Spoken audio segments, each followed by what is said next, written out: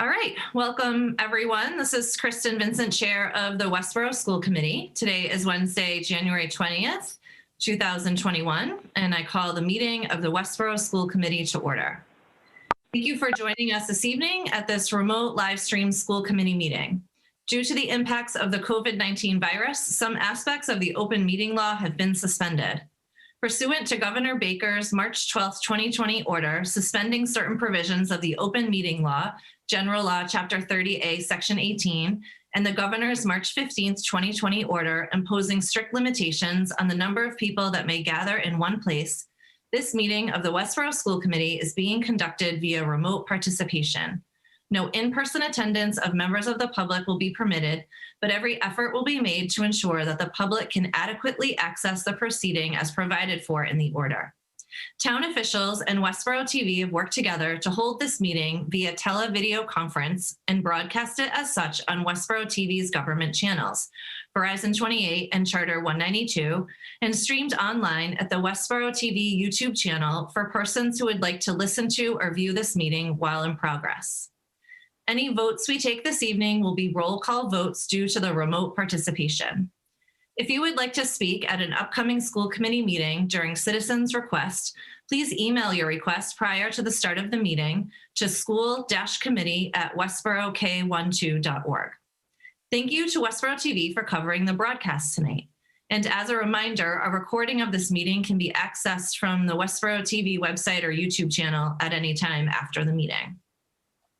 We have with us tonight Superintendent Amber Bach, Assistant Superintendent Dr. Daniel Mayer, Director of Finance and Administration Irene Oliver, Vice Chair of the Westborough School Committee Steve Durrett, School Committee members Sarah Dulay, Lisa Edinburgh, and Raghu Nandan, Student Representative Kyla Kamugu, Recording Secretary Jen Benton, and staff from Westborough TV handling the live stream and recording of this meeting. Our agenda for this meeting is as follows. We will begin with an approval of minutes from January 6, 2021 regular session. Then we will have a superintendent's report, reports from the assistant superintendent and director of finance and administration, school committee member reports, and building project updates. Citizens' request is next on our agenda, but we don't have any tonight.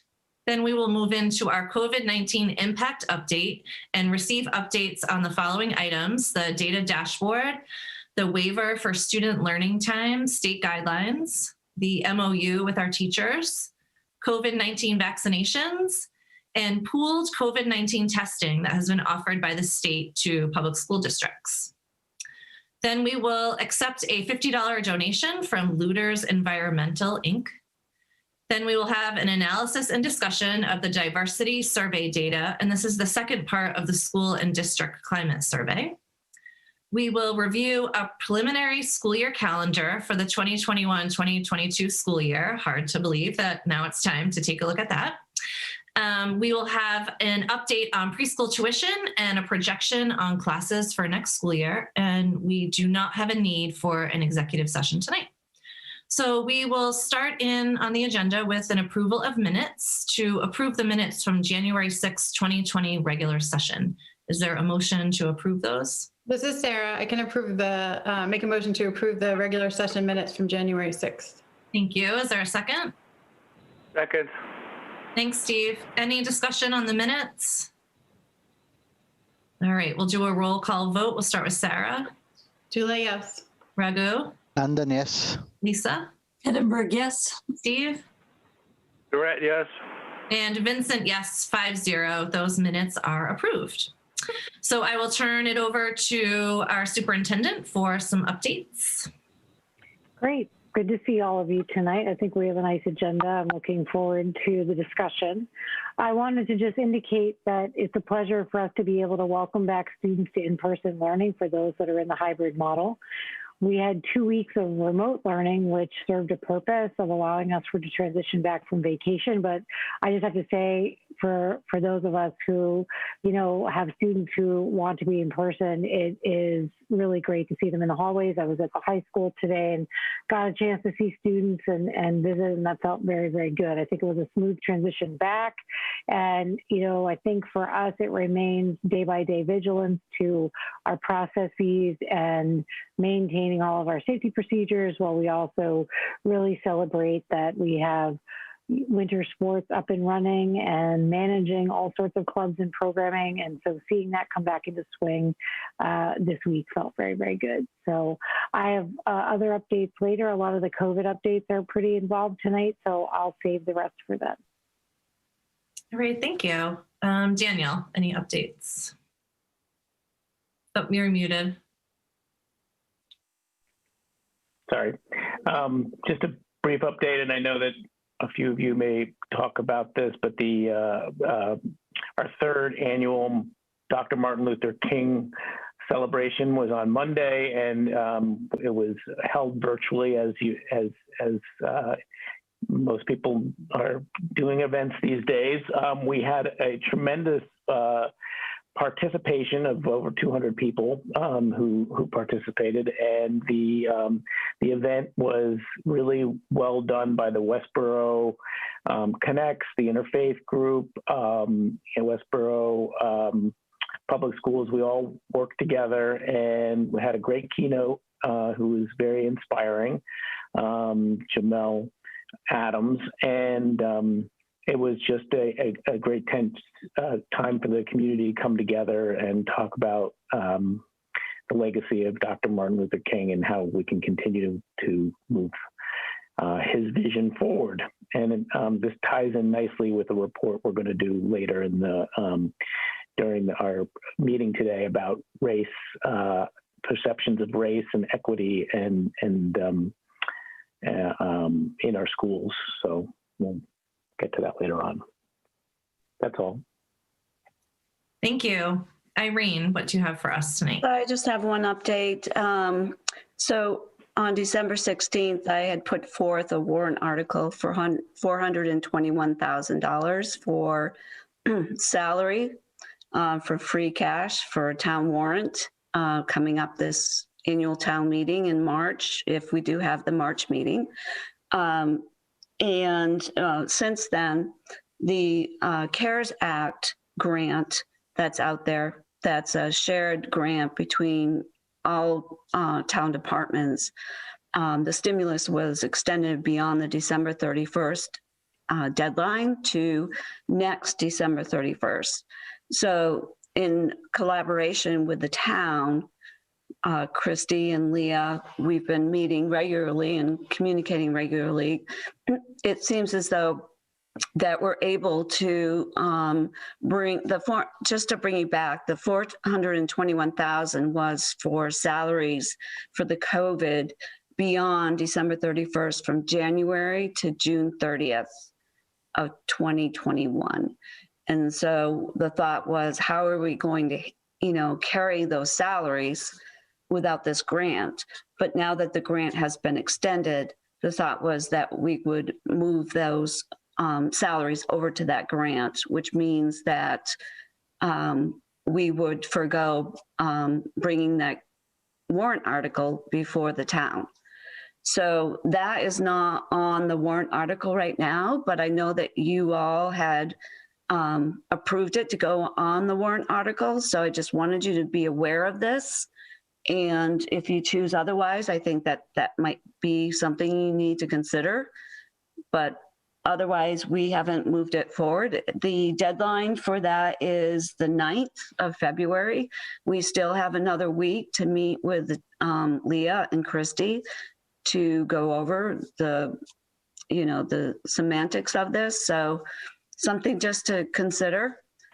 And I don't know, Amber, if you have anything more to add to this. It was coming from free cash, so. Yeah, thank you. So I think it feels logical that the CARES Act, which is the $1.6 million that came to the town and schools for joint expenditures, should appropriately carry those salary line items. I believe that in speaking with Christy and Leah, the encumbrance of those funds is something they have confidence in, and so do we. We're tracking those expenditures together, but we asked to make sure that we meet with them before our meeting on the 3rd, just to review those encumbrances again and look at all other anticipated expenditures that might come forward, to look at the delineation of that money and feel good that the expenditures are covered. That would be good news, and then they would close the warrant on the 9th without us needing to have that article included. And so I would anticipate doing a final report to you on anticipated encumbrances and planning on the 3rd, so that we move forward with confidence that that warrant article is not needed. So I think it's a good plan. I just wanted to make sure that Irene and I updated you. So that's it. That's my update. All right, thank you. And yeah, we do have another school committee meeting on the 3rd prior to the deadline of the 9th. So we can, confirm that that's what we want to do or make any changes at that point if we need to. So thank you for the update, and we'll get more updates before the 9th, certainly at our meeting on the 3rd. Thank you. We'll move into our school committee member reports. We'll start with Kyla. Do you have anything tonight from the schools, Kyla? Yes, I do, in fact, have a report tonight. First of all, I'd like to say that the schools have been adjusting well to the changes and the transition to back-end studies, in-person studies, and a couple of people shifted from in-person to remote or remote to in-person or switching cohorts. That has gone over smoothly as far as I am informed. Secondly, I'd like to add that the MLK event this year was amazing, and despite the fact that it was online, it was a smashing success, and I personally got to perform there, which was pretty amazing. So yeah, that's my report. Kyla, you were amazing, and I encourage anyone to take a look at that rebroadcast on Westborough TV, and it was so great to see you there. I was like, that's our Kyla. Thank you. It was really great. Sarah, do you have any updates? Yes, I'm sorry I missed the MLK thing. I wasn't able to program to watch in the morning, so now I can't wait to look for it on Westborough TV. I actually looked and I hadn't found it yet, but maybe it's out there by now, so I will definitely watch. Thank you for the reminder. The only thing I wanted to mention is Safe Routes to School is having their winter walk, bike, and roll to school day. It's on February 3rd, which is the date of our next meeting, so I thought I would mention it now in case anyone's interested. If you attend school that day, or if you're even remote, it counts if you go outside and walk around the block, play in the snow, anything, just get out and exercise a little bit and walk. So the principals, I think, will send out some of the Safe Routes to School materials. Again, they have games and coloring sheets and things like that for the elementary students. And then if anyone feels inclined, they can send in a picture to the principals, or if you're into social media, you could put on social media and tag Safe Routes to School as well, because they put out a bunch of pictures. So it's just supposed to be a fun event. Make of it what you can, despite the weather and the COVID. So just wanted to mention that, February 3rd. Thank you. Raghu, anything to share tonight? Yes, I have one thing to share. As you know, the sustainability, Westborough is developing a climate action plan, and I was talking to Peter, and one of the asks from the committee there is to present the climate action plan to students in Westborough High School and get their feedback so that we can incorporate they're our future, so we can incorporate some of their feedback. So would like to get some time to give a briefing on the climate action plan. I know it's because of the way it's with two cohorts, we have to do it twice, but would like to get something on the calendar if possible, and as soon as possible.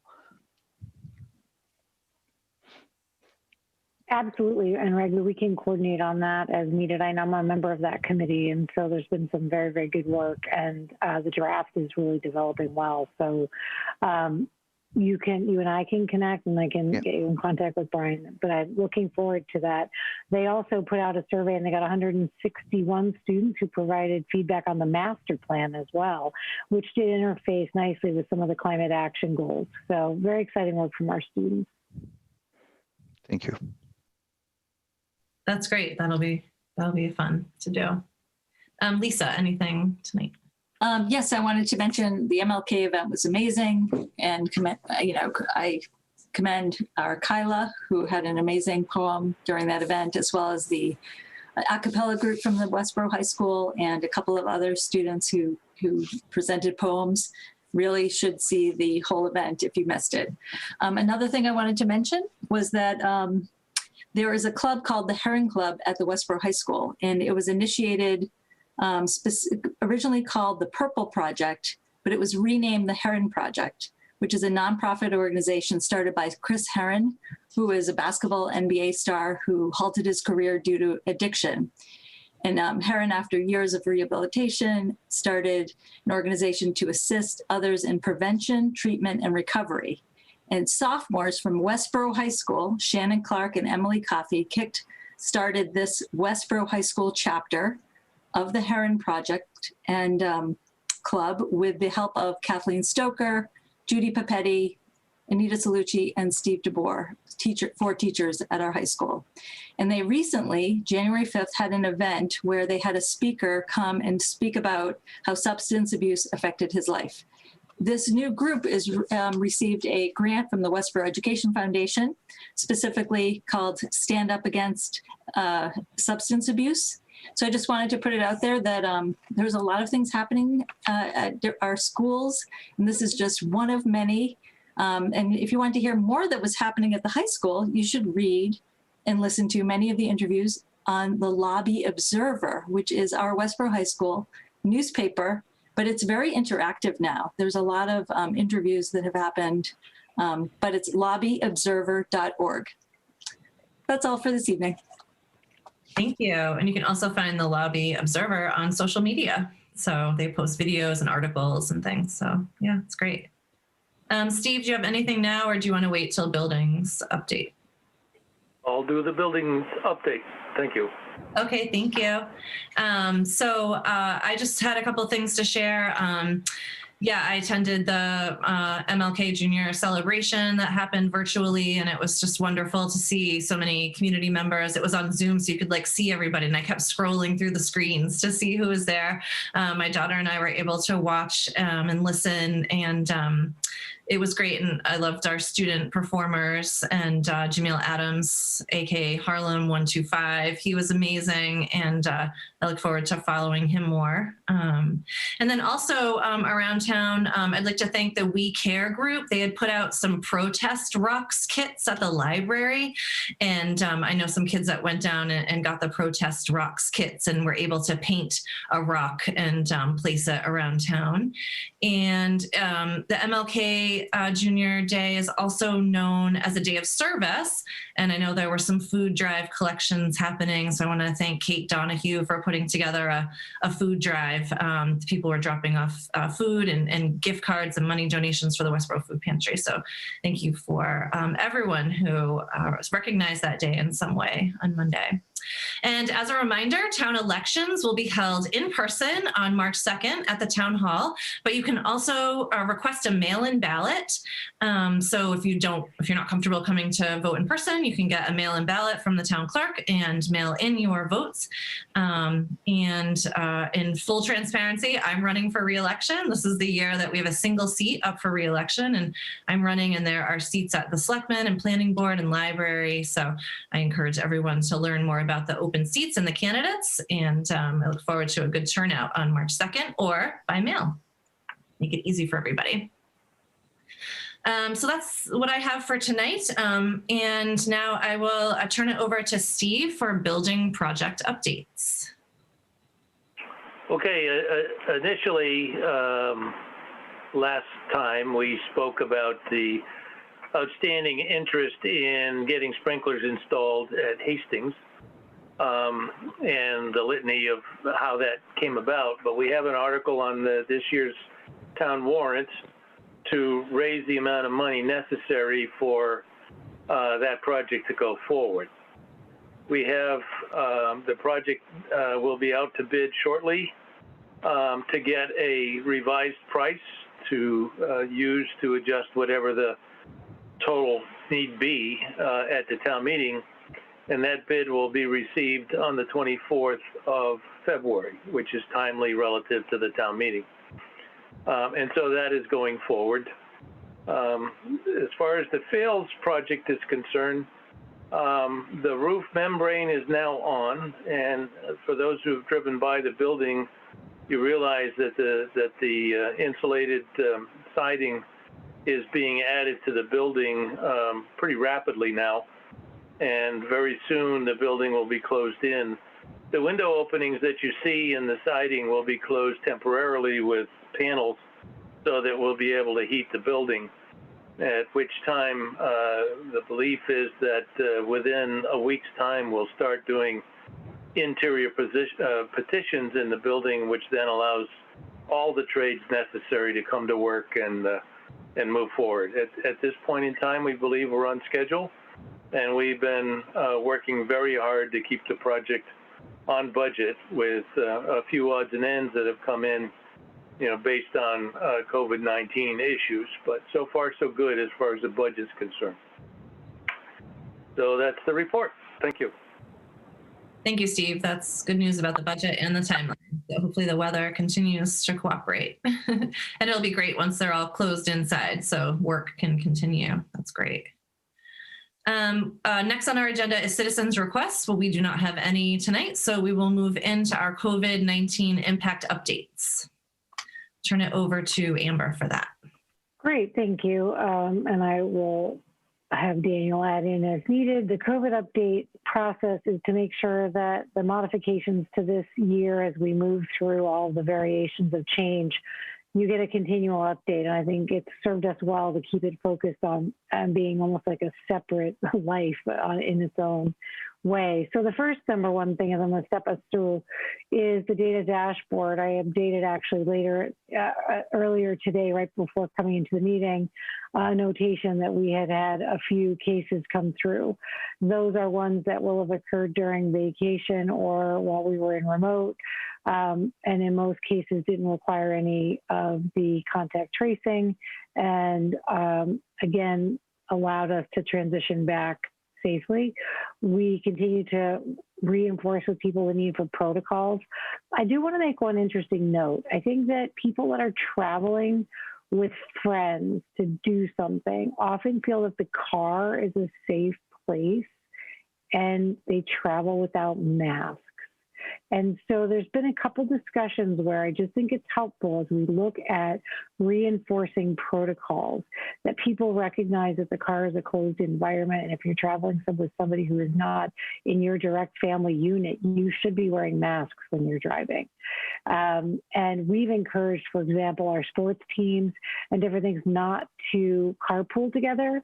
You're increasing your risks of having cross-contamination on the team.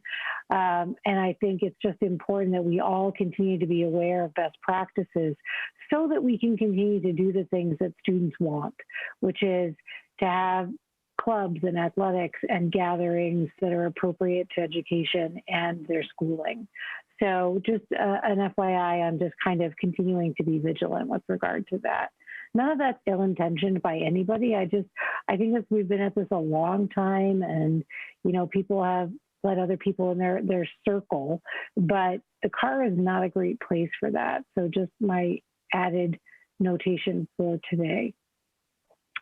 I also want to note that the quarantine cycle has been adjusted to match the CDC and national guidelines have been updated, where there's a variety of ways that the quarantine can shorten based upon how you test and when you were exposed.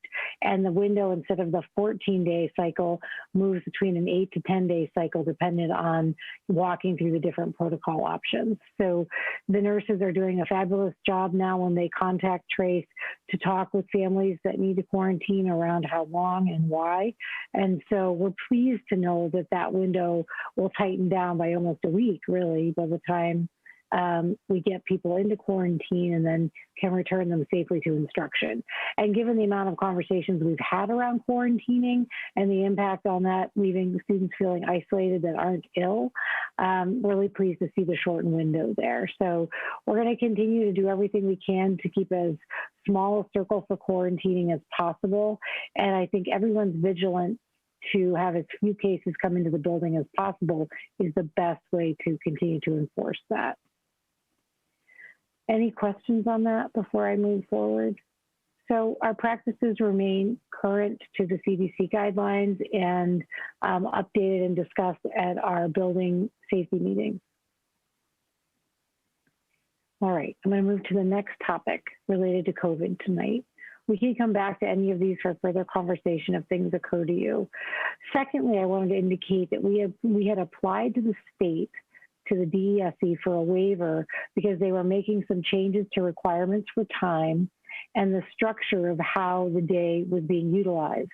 Different districts all had to reflect their model back, and we actually asked for a waiver for some of their expectations, given that we felt we had a model we developed that actually was meeting the needs of students as best as possible in this design. So I wanted to update you of a couple of things that they asked of us. We received our waiver, and our application was accepted with modifications. So one of the things they asked of us was that we review our interpretation of what counts as synchronous time. They felt that we might have had more allowable time than we counted, and so they asked us to go back and review with our buildings the implementation of our synchronous time as we had thought we were supposed to submit it, and they asked us to review that. And indeed, actually, when we reviewed that, there are more hours allowable within the definition of how we're implementing that actually really cut down on the additional changes that we might need to make. Secondly, they indicated that we need to provide the 32.5 hours. So originally they said they wanted to see an increase in our time to 35 hours, and we had 30. So actually they cut down what they needed to see from us based upon reviewing our model, and they had asked us to go back and look because they thought we might have misinterpreted some things. So Amber, can I interject? Yep. So sure. Just to make clear, the 32.5 hours that we're talking about over a 2-week span, and this is only for the hybrid students, not the remote students, and they define that as they want 32.5 hours of synchronous time that could be, it's either face-to-face or through the computer where the teacher is interacting. So those are the hours they're talking about. So when students are working independently, that's not the synchronous piece. So I just wanted to clarify that. No, thank you. And I think one of the things that they guided us on was that supported time where you introduce to students, you get them started on work, and they might move away as they do in the classroom and work independently on their own and then come back to you at the close of that instructional time, was also allowable as constituted as synchronous supported learning. So we had miscalculated some of our time, and so I think we went back to kind of look at that and review that. But thank you, Daniel, because for people listening, I don't want to create any confusion. So we reviewed our time, and we will see some modest changes. We have minimal adjustments that need to be made at some grades, not all. And we're currently discussing the best options at the building level. And by the 3rd, when we come to our next meeting, I'll give you a summary of the specific modifications that they made. And we will have that week, they're going to do 2 time collections the week of February. And so we'll make sure that we have our implementation in place as we move forward, such that we can then submit the updated time allocation, meeting the expectations of the state. Questions? So are you going to communicate that with parents or students first and then report to us on February 3rd? Or is it that they'll be implemented by February 3rd and then you'll report about it on that date? Yeah, they'll be implemented by then. We're just going to, as we've continued to do, update the instructional model. I mean, teachers have continued to innovate and instruct using their best practices and have continued to add a variety of ways that they're gathering with students. And these changes kind of fall in line with those typical kind of changes that faculty are continually making, but specified to the need to like meet the state requirement. I'll make sure we summarize for you. But those changes will automatically take place, and in some cases will feel really minimal, like we want to start our morning meeting 5 minutes earlier, and many of them already are. So it would just be clarifying some of those times. So things like that. And I don't think they'll feel like substantive changes to most classrooms. And so we'll provide feedback to families as needed. And any other questions? The one other thing I would maybe add is that the deputy commissioner for the Department of Education that Amber and I engaged in discussions about our waiver, he was very complimentary of the fact that the school district opened right at the beginning of the year. He recognized that that having in-person instruction right from the beginning of the year was very important. He recognized the data we provided him about parent satisfaction with our survey was impressive and illustrated that our model was working well. And further, I think he said that the number of students that we are reaching who are either the special needs or ELL population, and also students who are struggling with reading and math at the elementary level. When we pointed out that there's close to 1,000 students that we reach of our 4,000 students to provide additional support beyond that grid of, that everybody gets. He recognized that that's something unusual and noteworthy that we're doing. It was very complimentary. So thank you, because those pieces really draw a picture for you of why they recognized, the modifications we've requested. So I feel very good about where we are. And in the same way that faculty have stepped up over and over again to develop their instructional model and continue to improve it as best practice emerges, they'll continue to do that with regard to these requests. So that's ongoing. And by the 3rd, I think we can give you any additional information we make sure that we want to share. Great. Any other questions on that section? Again, we'll circle back to these over and over as needed. Number 3, so we also had a memorandum of understanding, kind of a letter that grounded the aspects of our planning this year that needed to be different during COVID. We developed that collaboratively with our labor board and our faculty and all the teachers that worked with us in the summer to come up with design models. We've kept that document as an open update document as things have changed and evolved. Recently, we just updated it, and we updated it to indicate that we had wanted to come back and comment on February and what we were going to do after break in February. And we released information last week to parents and faculty indicating that we had designed a 1 week of remote instruction following February vacation in alignment with the shorter quarantine cycles and what we know about illness not passing at the school level. So in looking toward those best practices, that was the update that we agreed to last week. We also, this plan also was clear that regarding that remote post-vacation time, that for students requiring in-person instruction to make progress, the ones that Daniel was kind of referring to, the students that we've done additional outreach to and different innovations will receive in-person during that remote week, which is what we did this past vacation as well. Those notes, we've worked with faculty on updating them and then continue to have meetings to discuss any questions. I think lastly, we also updated and outlined some flexibility to their Friday preparation time, which had been something that some of them had really wanted, faculty wanted us to look at, was just making sure that we all articulated that given the volume of preparation, that those Friday afternoons, I just want to give a shout out to everybody who recognizes our parents as well, that those half-day Fridays are of such high value to make sure that we're well prepared. So those will remain, and we discussed those commitments and provided some tweaks to, how those will be implemented. Any questions on that? I want to provide, again, recognize Lisa's role in supporting aspects of those conversations, and Daniel and I and Irene, we all serve in that committee to work collaboratively with our faculty.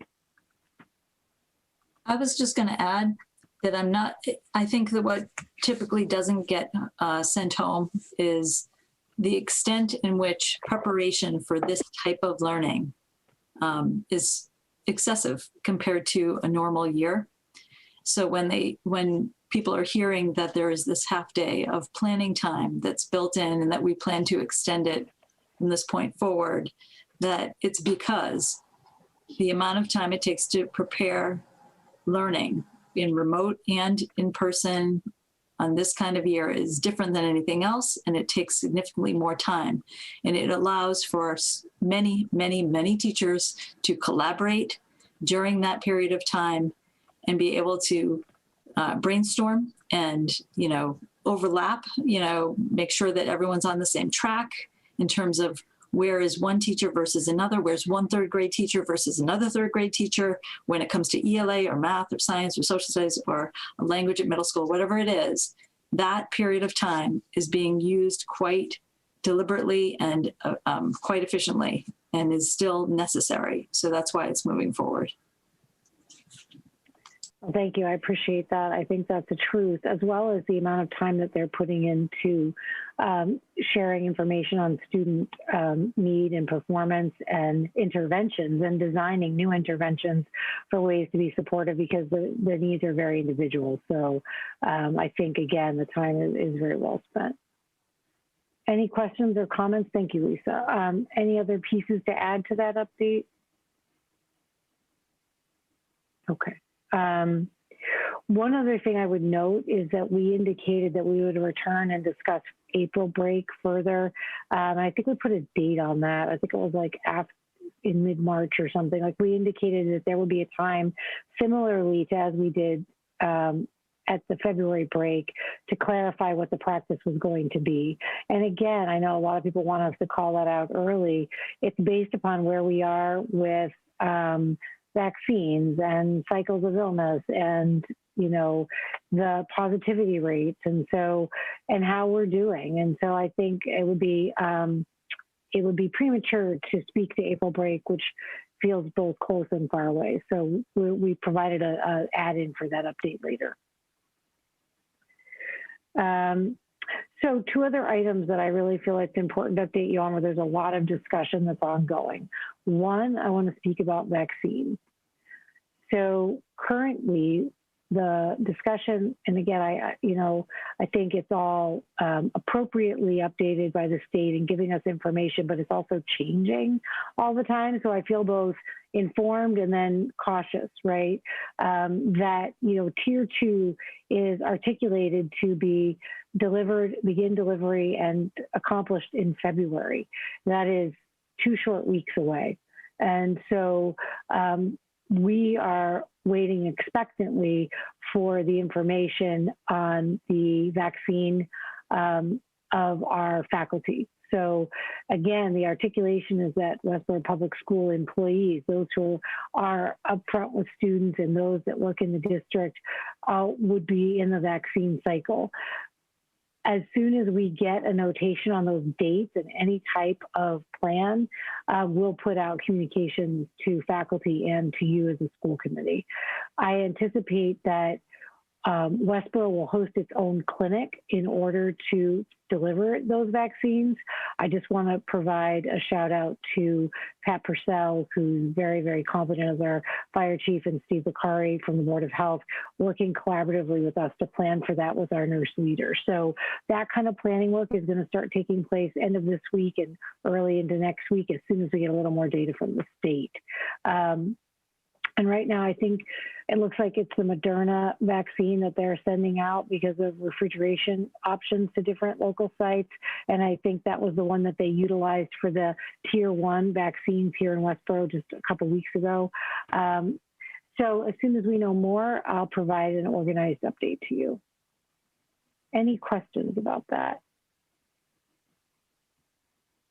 I do think that we're anticipating that you have to remember that there will be pregnant women who will probably refrain from being vaccinated, as well as some people who might feel that they, by health risk or choice, don't want to be vaccinated.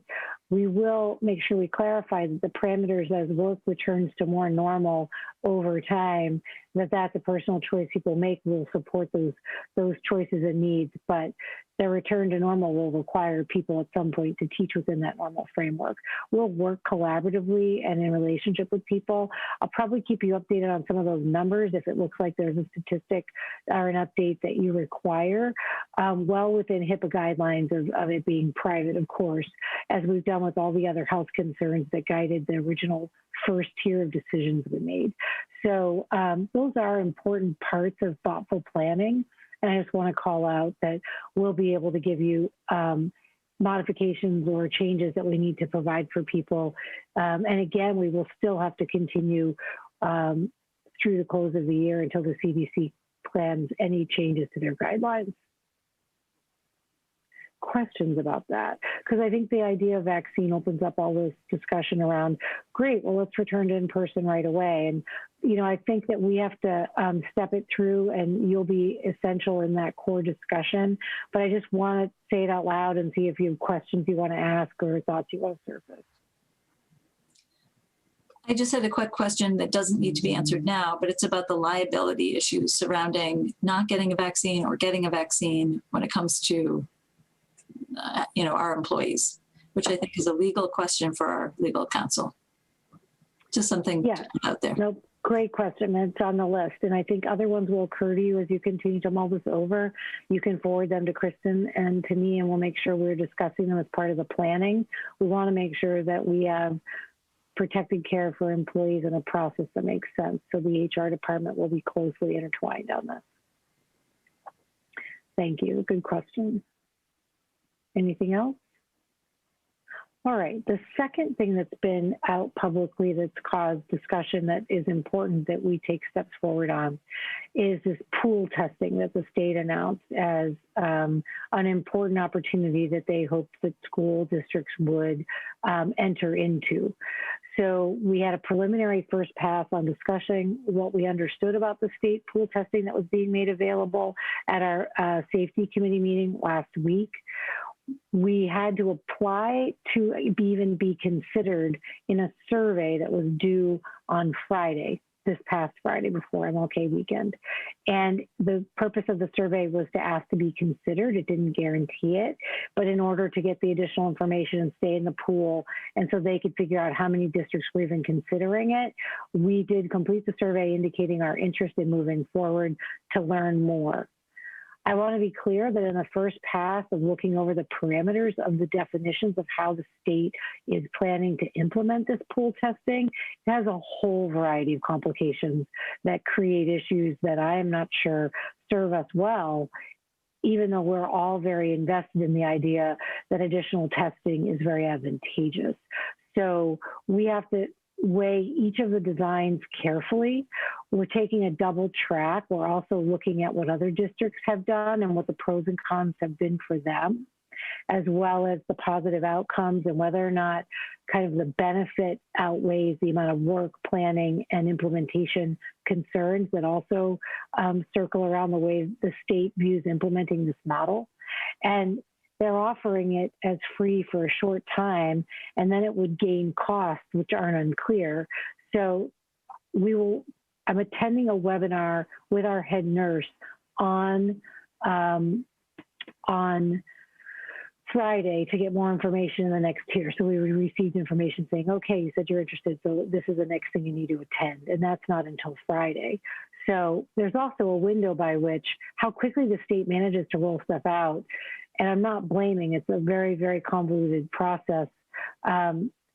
isn't always advantageous to the advantages we want in terms of moving forward. So we want to weigh it out against when vaccines are coming and what the workload would be and what the advantages and benefits would be from pool testing.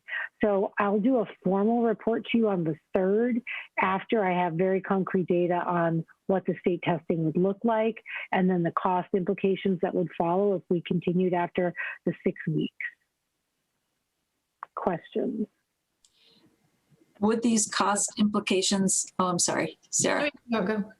Are the cost implications, are they an expense that we put towards the possible CARES grant now that we have the extension? Or is this something that will hit our budget?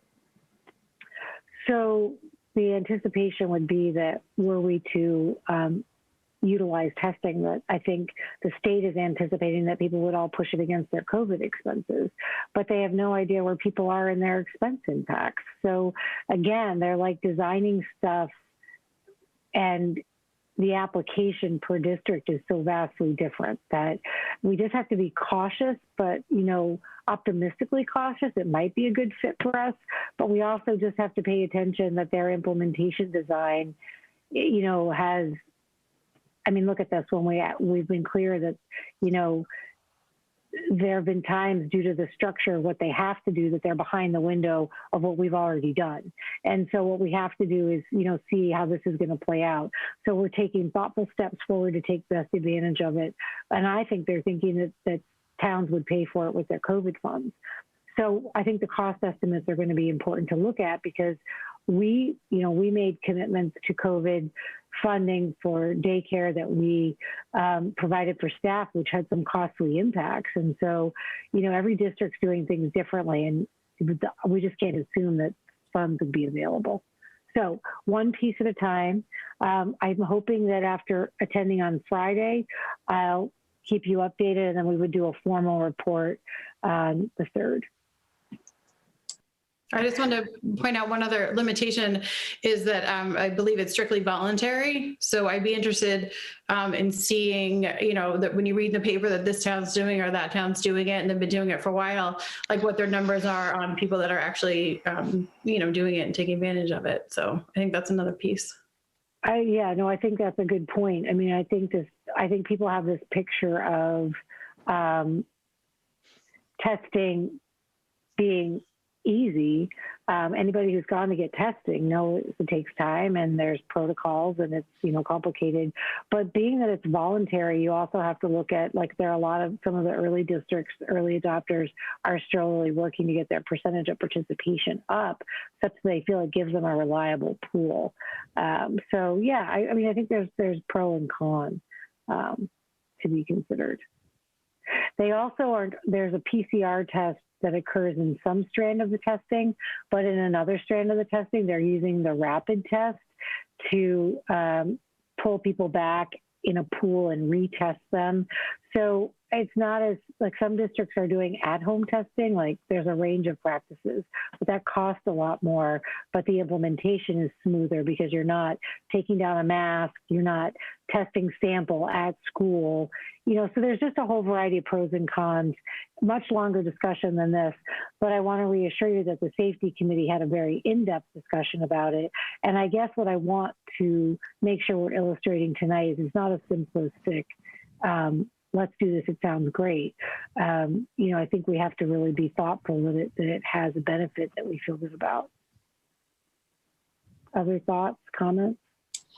And my last question was, would the Board of Health be weighing in on the details of pool testing? Yeah, we can certainly seek their input as well. Again, I think, once they have more detail on what the implementation looks like, they'll give us some advice, yes. Any other questions or thoughts?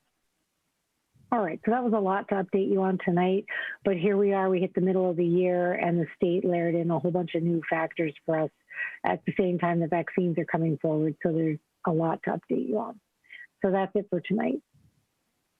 Thank you. And I don't mind updates on vaccines and things like that. This is all, progress headed in the right direction. So that's it's good to hear that that's on its way, and hopefully it can roll out as planned. So again, we'll keep that update standing there so we can kind of continue that. Okay, so we will move on in our agenda to an acceptance of a $50 donation from Looters Environmental. And they sent this on December 21st, and they sent a note it was addressed to Amber. And so I was just gonna read the note aloud so everyone can hear what they had to say. They said, "Dear Ms. Bach, in appreciation of the many clients we are privileged to serve in Westborough, we are pleased to make this donation to the school department. Looters Environmental is a lawn, tree, and shrub care company specializing in science-based environmentally sound approaches and attentive customer service. Contributing to your school department is a way we can give back to the Westborough community for considering us the company of choice. I always hope that in supporting education, other companies will join us. Please use these funds in any way you consider appropriate." And it's signed Michael Looters, the president of the company. So we want to say thank you to them for this donation. And we do need to have a vote to accept the $50 donation. So is there a motion to accept the donation? I can make a motion to accept the donation from Looters Environmental. Thank you. Is there a second? Seconded. Thank you, Raghu. Any discussion? All right, we'll do a roll call vote. We'll start with Sarah.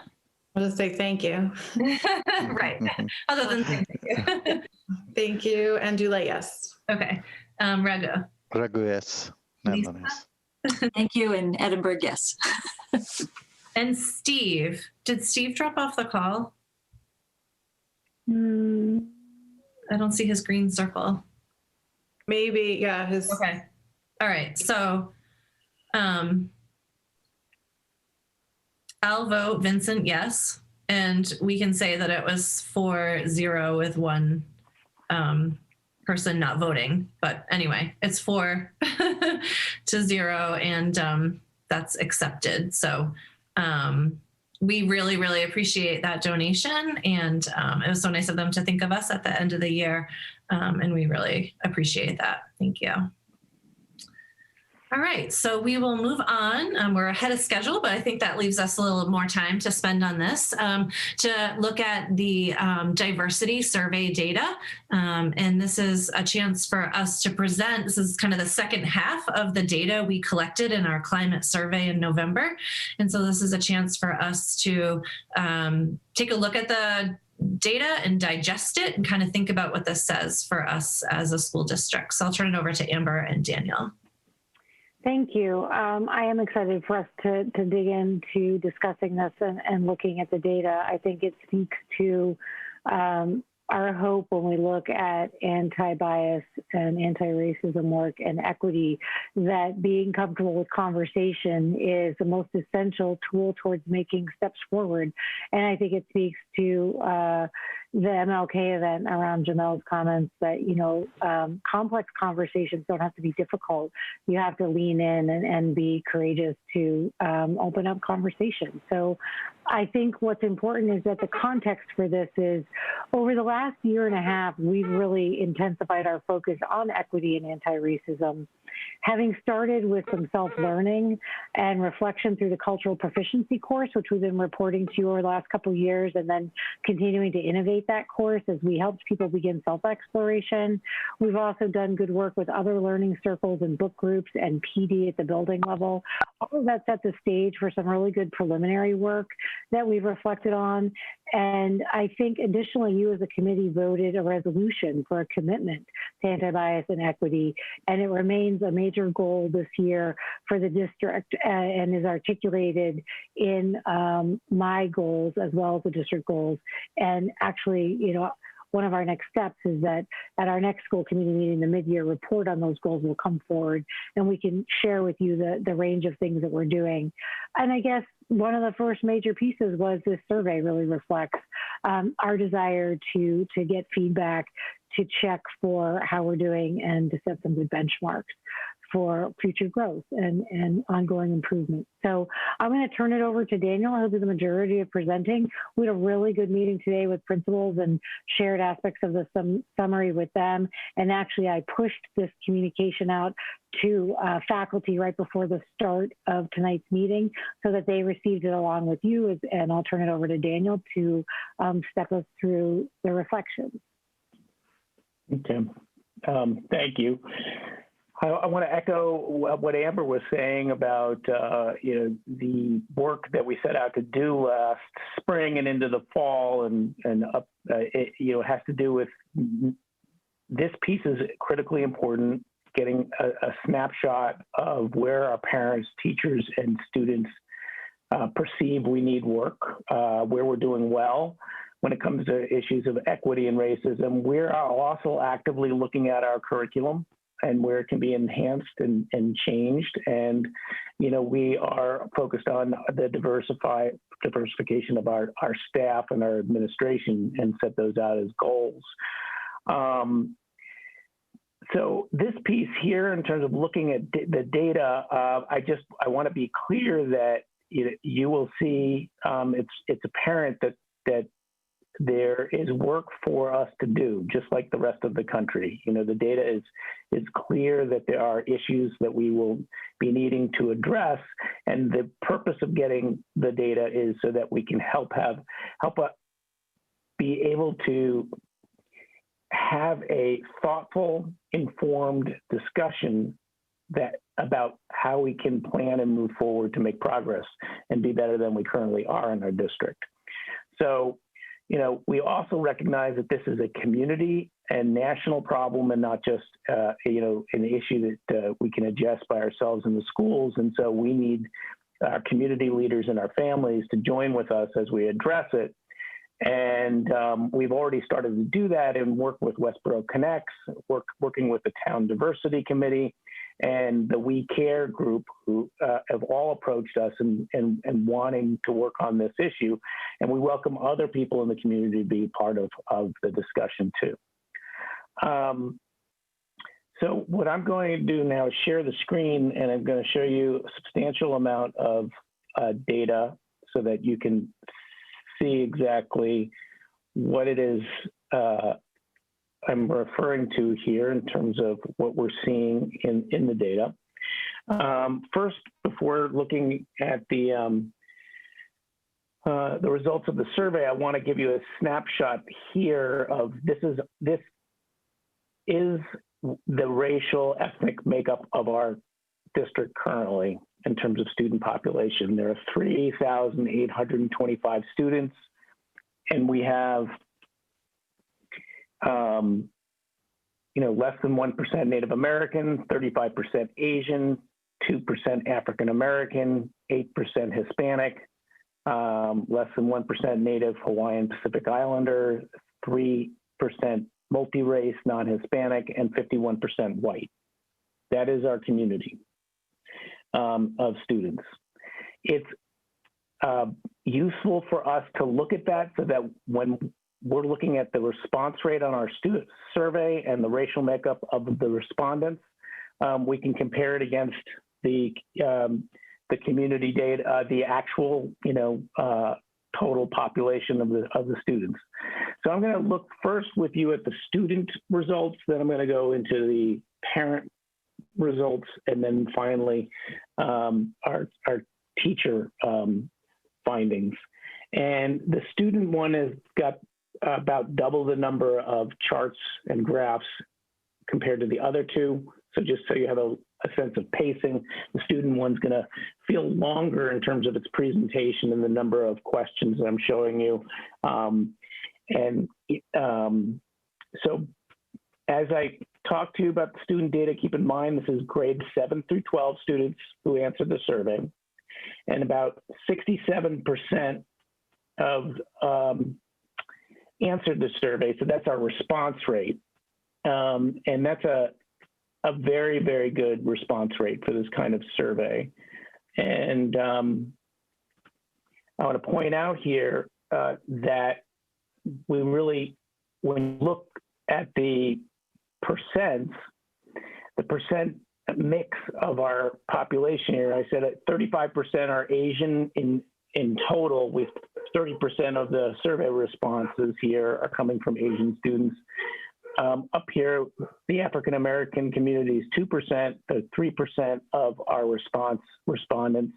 The Hispanic community in total is 8% of our students, and it's 9%. And our white students are 53%, and it's 51%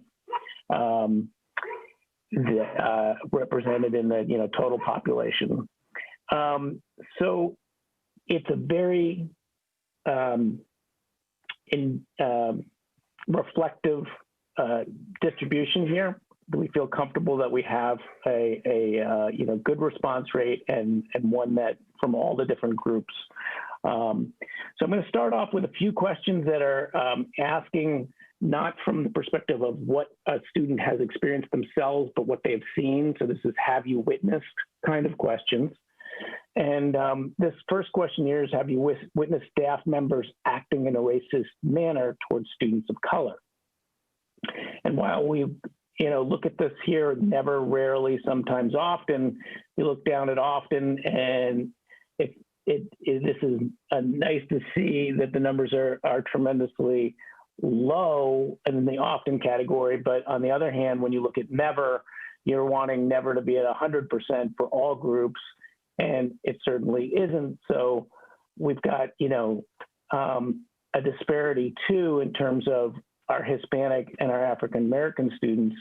30% of the Hispanics and 40% almost of the African American students or Black students are perceiving, some, it may be rare or maybe sometimes, and so, very few see often, but that's not near where we would like it to be.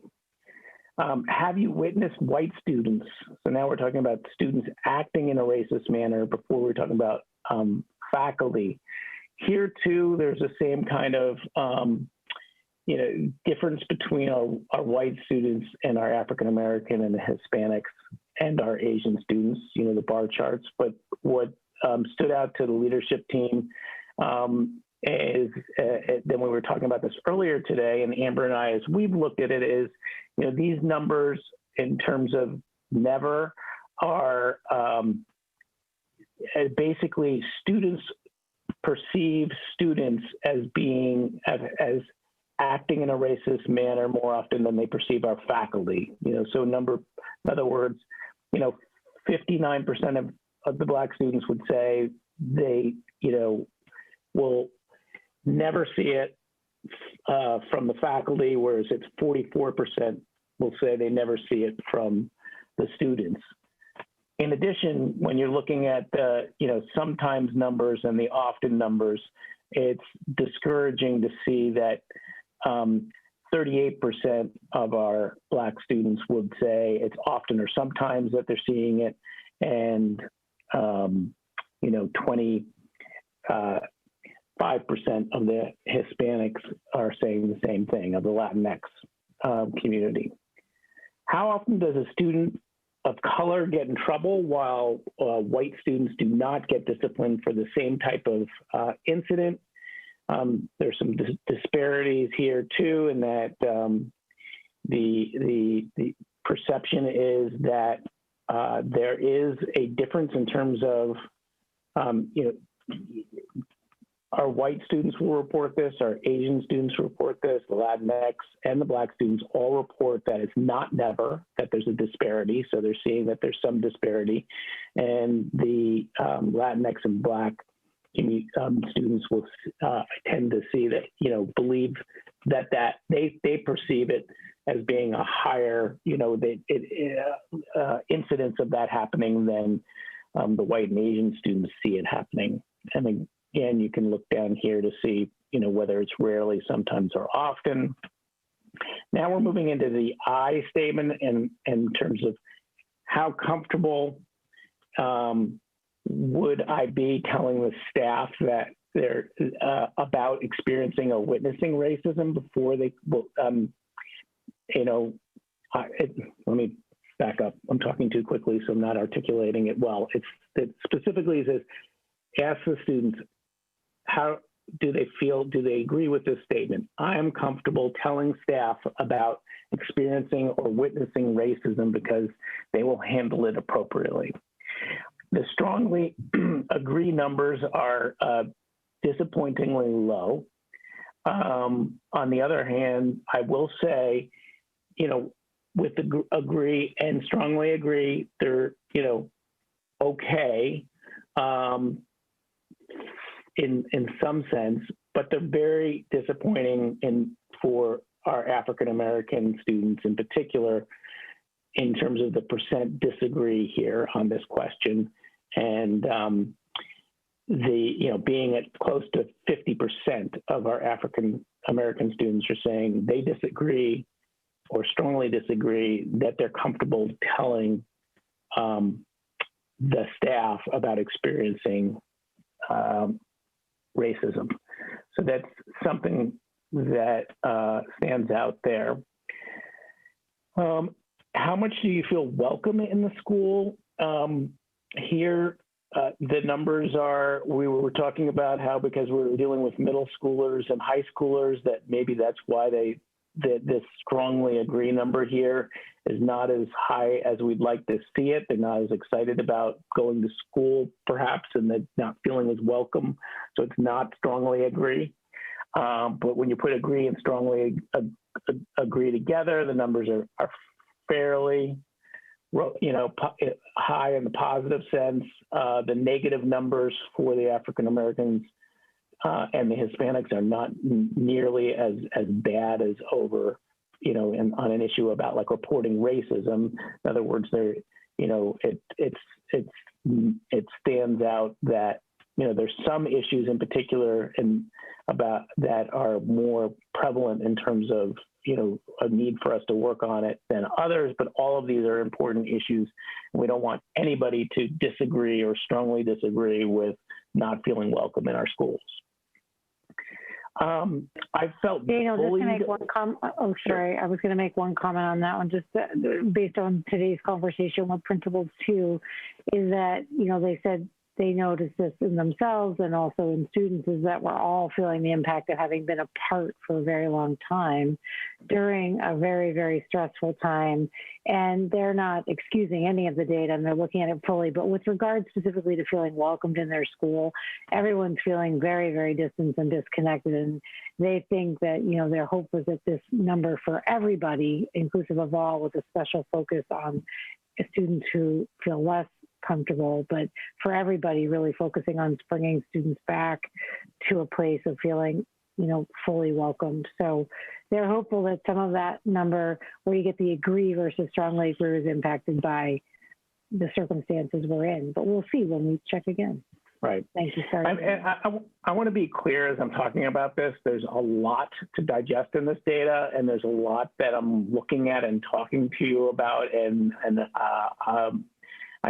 there's certain things that I'll see that I've missed, that I haven't talked about, that I hope people understand. I'm not slighting anything here, but I'm covering a lot. So I look at this number here and I just noticed the 13% under strongly agree for African Americans. And I didn't mention that, but that's substantially less than being in the high 30s for these, for the white students and the Asian students and even the Latinx.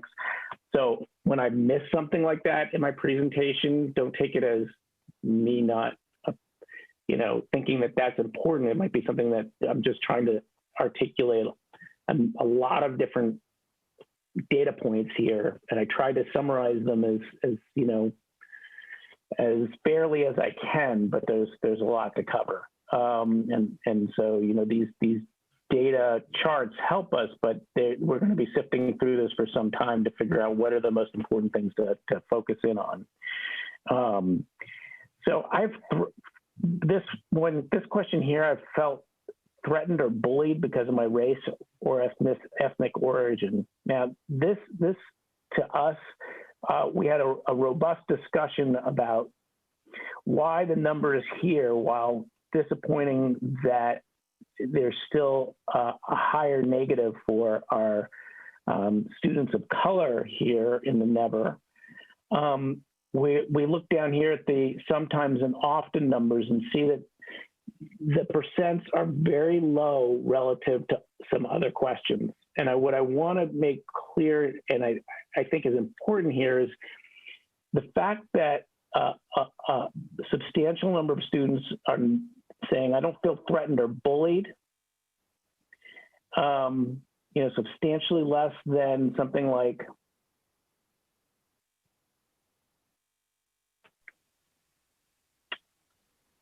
I've witnessed white students acting in a racist manner towards students of color. I mean, when you go here and you're looking at, close to 40% of Black students saying that, but then you go to the bullying question and you're down at 12%. I think what we see to some degree is our students are not threatening and bullying so much as not aware of what it is that they're doing that's offensive to some members of our community. So there are people of color who are feeling offended, and rightly so, if that's their perception, if things are being said that hurt their feelings, that feel racist, but they're not feeling bullied or threatened, it means that they're not necessarily be actively sort of acted out against. I'm not positive of that, but that's the discussion we were having, is that that students are feeling, like it's uncomfortable. Students make me feel uncomfortable, but I'm not actively being threatened. So this also goes with that, as I feel ignored or belittled after sharing my ideas because of my race or ethnic origin. The numbers are, again, in the never category, not as positive as we want to see them. They're not as highly negative as they are in some other dimensions. I've felt hostility based on my race or ethnic origin. This goes back to what I was saying earlier, just a moment ago, is feeling hostility. The numbers in this section aren't as large in some of the other sections. They're larger than we want, but there's more sort of like saying, I don't feel like it's 80% of our Black students and close to 90% of our Hispanic students are saying it's rarely or never. Daniel, I don't want to interrupt you, but I wanted to note that Kyla, one of our community members, she actually has to leave to attend a class. And so she was wondering if she could comment on her perspective of a piece of the data before she has to leave. I mean, she wanted to be really respectful of the fact that you're in the middle, but I also felt like she was wondering if she could share a comment so that it's in her voice before she has to go. Sure. Yeah. So Kyla, I'm happy to have you unmute and share just your synthesis. I know you looked at the data ahead of time. Okay, now it looks like Kyla is not on the call. So maybe I'll look at what she said. Maybe she sent me a text which kind of has her thoughts in it. So I'll share them aloud when we get to the point of conversation. How about that? Okay. All right.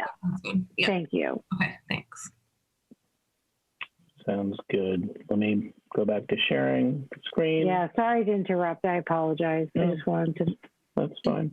Daniel, I was going to suggest that since this is a big chunk of information to digest, after the student data, could we pause for, hear Kyle's comments and then also just reflect ourselves before we move on to families and staff?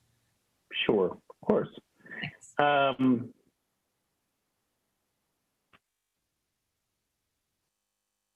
Did I do this one?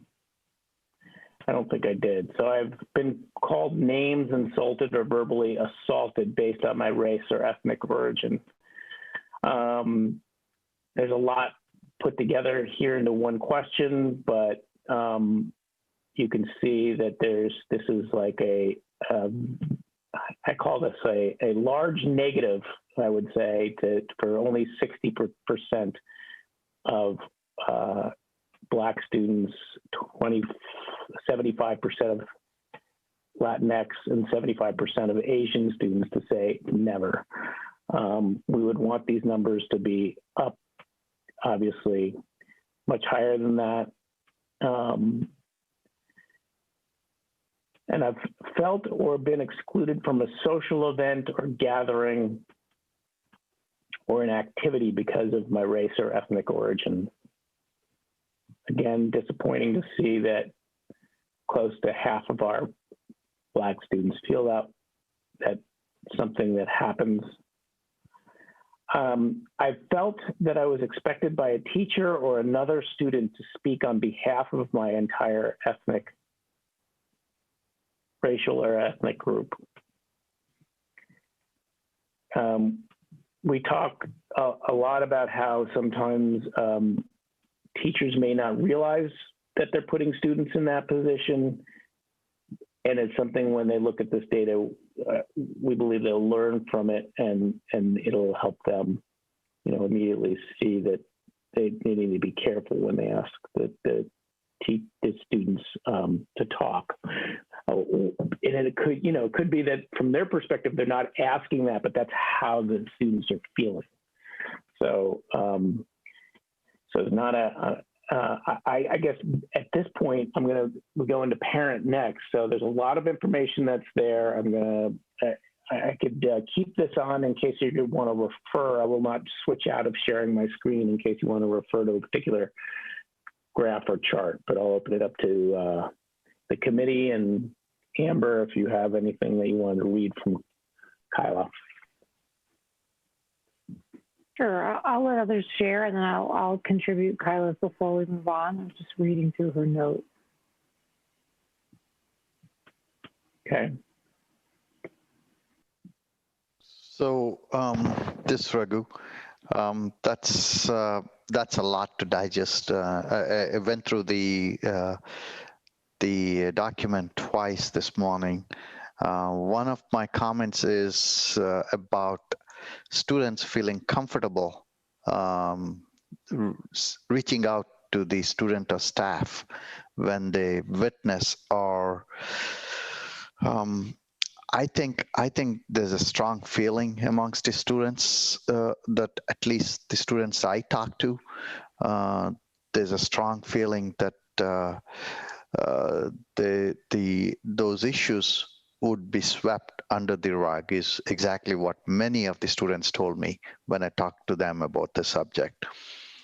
And we need to make sure some kind of a training, a cultural training or anything appropriate can be done. I don't know how, but leave it up to you experts. But we need to bring this number up really, really bad. Looking at this is they should be close to 100% on strongly agree. Because if the kids are vulnerable in the school setting, and if the kids cannot approach staff, who else are they going to turn to? They're not definitely going to come and, knowing my own kids, they're not going to come and share any of this with their parents. The only outlet for those kids is staff, and they should feel comfortable reaching out to the staff. This is really disappointing. This data point is really disappointing there. On the other side of things, when when I compared, like you said, Daniel, it's I hope that's the case, and if that's it's just that the kids don't realize they're not bullying or anything. They just don't realize they're being racist. In that case, some cultural events, education, all those things will help mitigate some of that problem, in my opinion. So I would add Kyla's comments here because I think they interface nicely with Raghu's. And I would also note that, when we look at, it's disheartening when students feel like they can't go to an adult. We're looking at cross-referencing some of that data because we have higher numbers on the data for students who say they have an adult in the building that they know and trust. But it's interesting then to see the contradiction where they won't go and talk to them about something that is uncomfortable or difficult or problematic if they feel it's going to be negated. And I think around issues of race, there's this sense that people want to say, no, it's okay. It was just a misunderstanding, and that it becomes this discussion around feeling that it's being ignored. And I think because we haven't done enough work to get comfortable with saying, yes, you had an experience that was racism. What are we going to do about that? How do we come forward, and how do we address it so that you feel supported and that there are repercussions when there's behavior that are outside of the acceptable norms of our values? But I think that until you unpack those conversations and you get consistently good at the response, students won't trust to come. So I think you're right, Greg. We've pulled out an area where there's a lot of good work.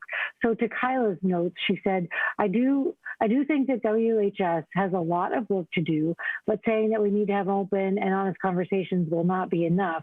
We need to actually have these conversations. The disparities were to be expected, especially with white students who will be racist, and opinions that it's important that the only of the 32 Black students, they should be held in a very high regard and listened to in their voice. The school committee should make it a concern to follow up with the policies that we are going to take our time and review.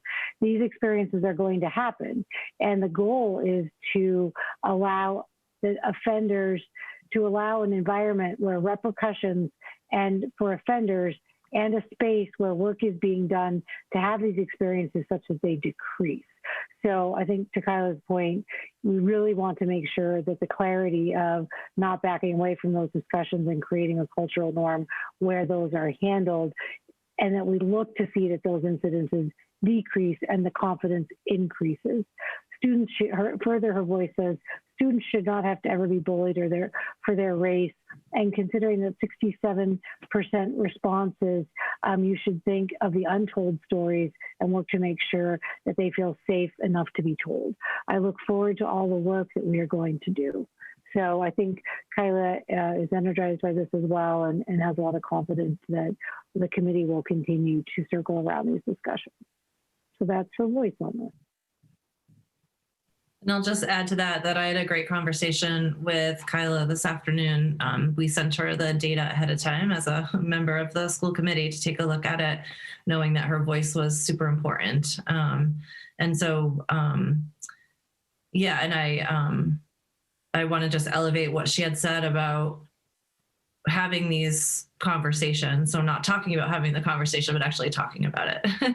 And so I feel like presenting this data is a great first step in acknowledging that we have work to do, and that we can become more comfortable with these complex discussions about racism. And I think sometimes the idea of sweeping it under a rug comes from uncomfortableness, people not talking about this all the time. Like if you're white, you're not confronted with racism, so you don't talk about it. It's just not a part of what is a part of your daily life. So then when you do talk about it, it can feel very uncomfortable. So I think that, you know, we have work to do there with our faculty and all of us in our community who don't experience racism, but we need to be open and talk honestly about it and listen to those who do experience it. So I think this is a great first step in kind of breaking that uncomfortableness and being able to talk about what's happening in our schools. So I think, like Daniel said, this is complex and there are lots of stories behind these data points. So, you know, I was talking to Kyla about this earlier, you know, when you think about education, it's all about people. So it's about teachers working with each other. We're working with our students. Like it's a lot of just people interaction all day, every day. And then when you look at these numbers, you know, numbers can tell a story, but it's like those people interactions that's really important. And also that's what makes it really hard. So anyway, that was just my reflection on the student data. So I just wanted to mention a couple of things. One, it seems as if, and I guess I should have recognized this sooner, having explored the data before tonight, it looks like our enrollment data for Native Americans, the percentage is off, like significantly, because there's 31 respondents who are American Indian and Alaska Native, and in the parent section as well, that we have a much higher percentage of students and parents in that category that does not seem to reflect in our percentage of a district. The 0.1% shows in the district's numbers, and yet our students' perceptions and the responses in the survey show a much higher percentage. I didn't notice it before. I apologize. This might be an error here. It could be, but if you look at the parent response, there's 18 respondents of American Indian and Alaska Native in that section too. So it tells me either it's higher or that group is from another group. I'm not sure, and I apologize, I didn't catch this before tonight. And the other piece that I really wanted to bring up was that delicately that we want to be so inclusive, and yet when I look at the respondents' numbers, I look and I see that the Middle Eastern group was not put onto the chart. I think that would have been very interesting, and the Native American or Indigenous group would have also been put on the chart. If the numbers are so similar in respondents, I think it would have been interesting to see that as well. But more importantly than anything that I'm saying right now, which I think that's important to include, it's that when I look at this data and I go through step by step, it seems like we have a significant amount of work to do, that there's a lot of space where we need to get to become a more inclusive and anti-racist community in our community and within our schools. And when you talked about, Danielle, about the lack of awareness from our students versus overt racism, it doesn't decrease, and I don't think you were saying this, but it doesn't decrease the amount of work where we need to make sure we not just educate ourselves, but educate our students to the point where we are aware that we're not inflicting harm emotionally upon others in our actions. So whether it's the awareness or overt, it doesn't matter, because it's the experience of our Black community, our Latinx and Hispanic community, and our Asian community. It is whatever the experience is felt by our students. And so I look at this and say, we've got a lot of work to do to get to where these numbers it would be very interesting to see this survey over time, to see how our work has changed our community. But I appreciate the data so we can see and have a starting point so we can move forward, make change. Yeah, I would just clarify. I mean, I'm not saying that acting in a racist manner is, I think I already said this, is not a harmful and detrimental and an unacceptable behavior, although I was drawing a distinction between students feeling bullied because of their race, which the numbers are significantly lower than students acting in a racist manner. So I think there's something interesting there in the way reaching out to our students who don't mean to be bullying, are not overtly bullying, and our students of color are recognizing that they're not being bullied, but they're recognizing that the students are not sensitive to how they're impacting. So, I mean, it's the students of color who are drawing a distinction here, not me, in terms of the data. But it's still, I mean, I'm just saying, and I'm not saying that it's not, one is, I'm not putting it on a value spectrum. I'm just saying that there's a difference in the way they're experiencing it, that they're reporting it out. I'm not, so. My understanding is that it would, my understanding of that is that it's still racist behavior. Whether it's we all, and I think you know that. I think you. Well, that's I'm saying that. Yeah. I'm saying that, but if you want to have a conversation, and I think a lot of our students would be. I'm not saying there aren't students who are intentionally racist, but I think that there is a lot of behavior that's unintentionally, and they don't realize it. Except And we what I'm, we still have to have those conversations that are so uncomfortable about what Absolutely. that is. And so Well, this and is a that's good right. place to start. It is. It's going to get us to the place where we can have these challenging conversations in our schools so that we become aware and awaken to what the experience Right. of people of color are experiencing in our schools. Well, you know, Right. it's important, so important. Yeah, in echoing Lisa's thoughts, I think it becomes much more critical that we have some kind of a cultural education program so that more than what we are currently doing, so that they become aware of what's acceptable to the other group and what's not. That should be part of how we mitigate this. don't disagree. Yeah, I think we all are clear that, and that's why we purposely, in the design of questions, didn't shortchange the directness of the questions to facilitate surfacing the conversation and to allow the story and the perspectives to come forward. So I think when we, posing questions like this in a very open manner that directly request information helps us to see the data clearly and to then also draw distinctions that, it's very, I think our students are smart and reflective, and to see that our students of color are deeply analytical about this. They're like, they're experiencing it as racism, they're calling it out. But what they are is also really reflective around, it doesn't change the impact, but they're recognizing aspects of intent. And I think saying that we have to hold everyone accountable. And that's to Kyla's point, we have to have the conversation, and it can't be just to have the conversation, it's to reveal the impact and it's to have consequences so that the clarity isn't just offering a course on cultural proficiency, it's creating a culture of that's not acceptable behavior, and we have to be more courageous in clarifying those differences. And I think there's a lot of great subtlety to dissect from the data, and that's why it takes multiple passes, but all of it is for the purpose of holding ourselves accountable to creating change. So I think regardless, like Daniel and I see all of these as indicative of racist behavior that we have to unpack and understand, and then find ways to move forward with our faculty and students. Yeah, one final, I'm sorry, go ahead.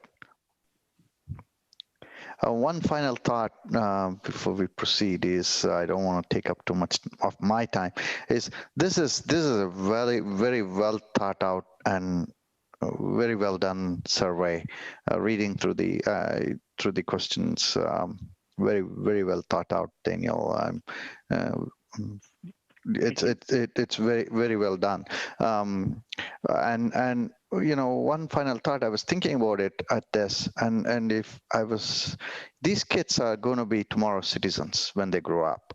If now is our chance to correct them, unbiased or not, to educate them on the cultural aspects. Because if we don't correct them now, when they leave the school, it's too late. They will continue doing that. So it's our chance and also our opportunity. Agreed. I just have a couple of quick comments before we move off this section. Sure. I agree with Raghu as well. And the fact that the survey is really well written, I think it's a really strong question. The one I felt that I was expected by a teacher or another student to speak on behalf of my entire race or ethnic group. That's a very powerful question. And the answer, the data there, it seems like something that, like on the more simple side to correct, like even just seeing that myself, I realized, oh, I probably may have done that. And, and now I would think twice before I did that again. So I thought that was a really great question. And the other question that saddened me was the feel welcome at school question, which I know we talked about a little bit in terms of COVID, which I think maybe Daniel's right, like the people that agree versus strongly agree. But, if our charge is to teach these, the kids, if we don't feel welcome, that's kind of the basis for learning. So I would, like Daniel said, want everyone to feel welcome at school. So something else we can work on. And I think everyone can work on that, student to student, parent to parent, all of us. So That was a strong question too. Yeah, and I want to go ahead. No, go, Daniel. I was just going to give I'm going to shout out. We mentioned in the introduction that the We Care group had there are 3 members of that group who sat with Kristen and Amber and I and helped us think through questions on what we wanted to ask, and they did a nice job. So they get a lot of credit for some of the questions that are many of the questions that we've asked in the survey. I mean, we were developing them together in collaboration, but I don't want to leave them out in terms of the help that they've given us. That's exactly what I was going to say. Thank them for their collaboration and the careful wording of the questions to really get at, very useful information for us. So, yeah. And I think, if we could segue into the parent perception, Sure. And what Sarah had said about feeling welcomed at school, we saw some of that with the parents. And I just want to repeat that we had over 63% of parents respond to our survey, which is a very high number. So people were definitely engaged, and we are so thankful that they took the time to fill this out. I totally agree. We're so fortunate that we get great survey results. And I just want to echo what Regu said, which is, one, knowing how to write a good survey, keeping it tight and not having too many questions invites people to actually answer it and to do the work, because it took time to reflect, but it wasn't such an overwhelming survey that people bailed. And I think to see the response rates we get speak to keeping a survey focused, and we used a lot of kind of raw, tight, clear questions.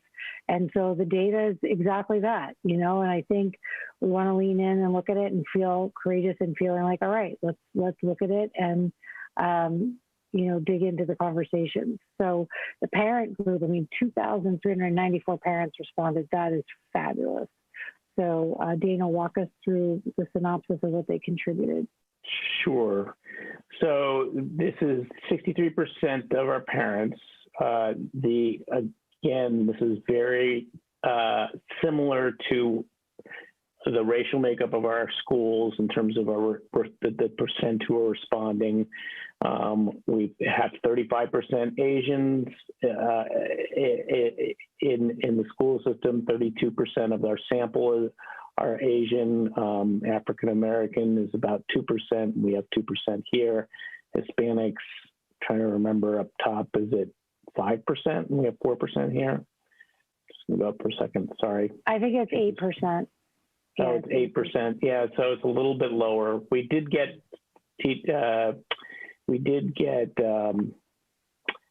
we translated the survey, and we ended up getting some in submitting it in Spanish, but I guess so that 4% is lower than where we'd like it to be, but it is representing 96 parents, and our white percentage is at 51% generally and 54% in the survey. So it's well rounded in terms of the mix. And then in terms of feeling welcome at the school, our parents are reporting in fairly stronger numbers than in the strongly agree category than our students. And when you take agree and strongly agree, those numbers are fairly robust and strong.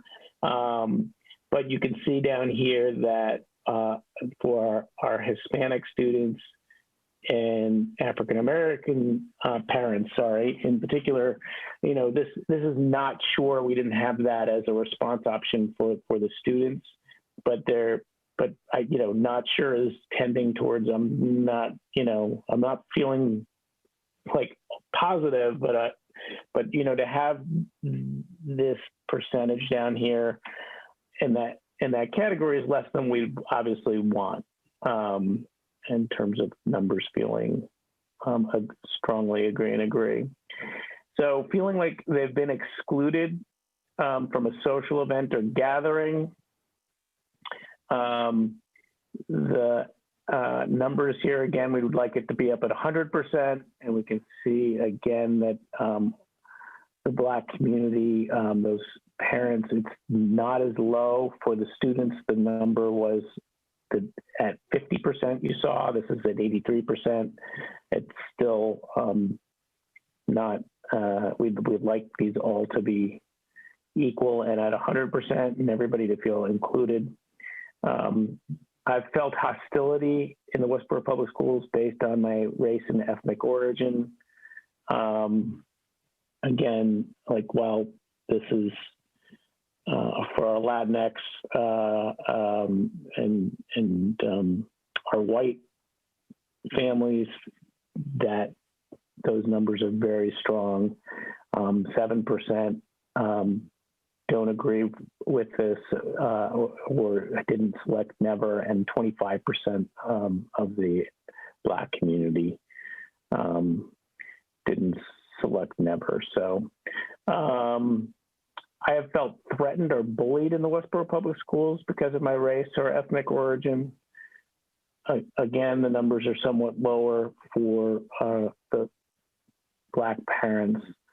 The parents appear to, give us a higher positive for the Black parents than their kids and what their kids are experiencing in the school. I just pointed out it's just there's not as much. I mean, it's more negative than the other ethnic racial groups, but it's not as negative as the experience of their kids are reporting. I felt ignored or belittled after sharing my ideas in the Westborough Public Schools because of my race, ethnic origin. Again, we don't want that to be any different for any of our groups. For our white groups, we want everything. We would like it to be never 100% for everyone. So that's, like I said, there's substantially less than I'm reporting out here.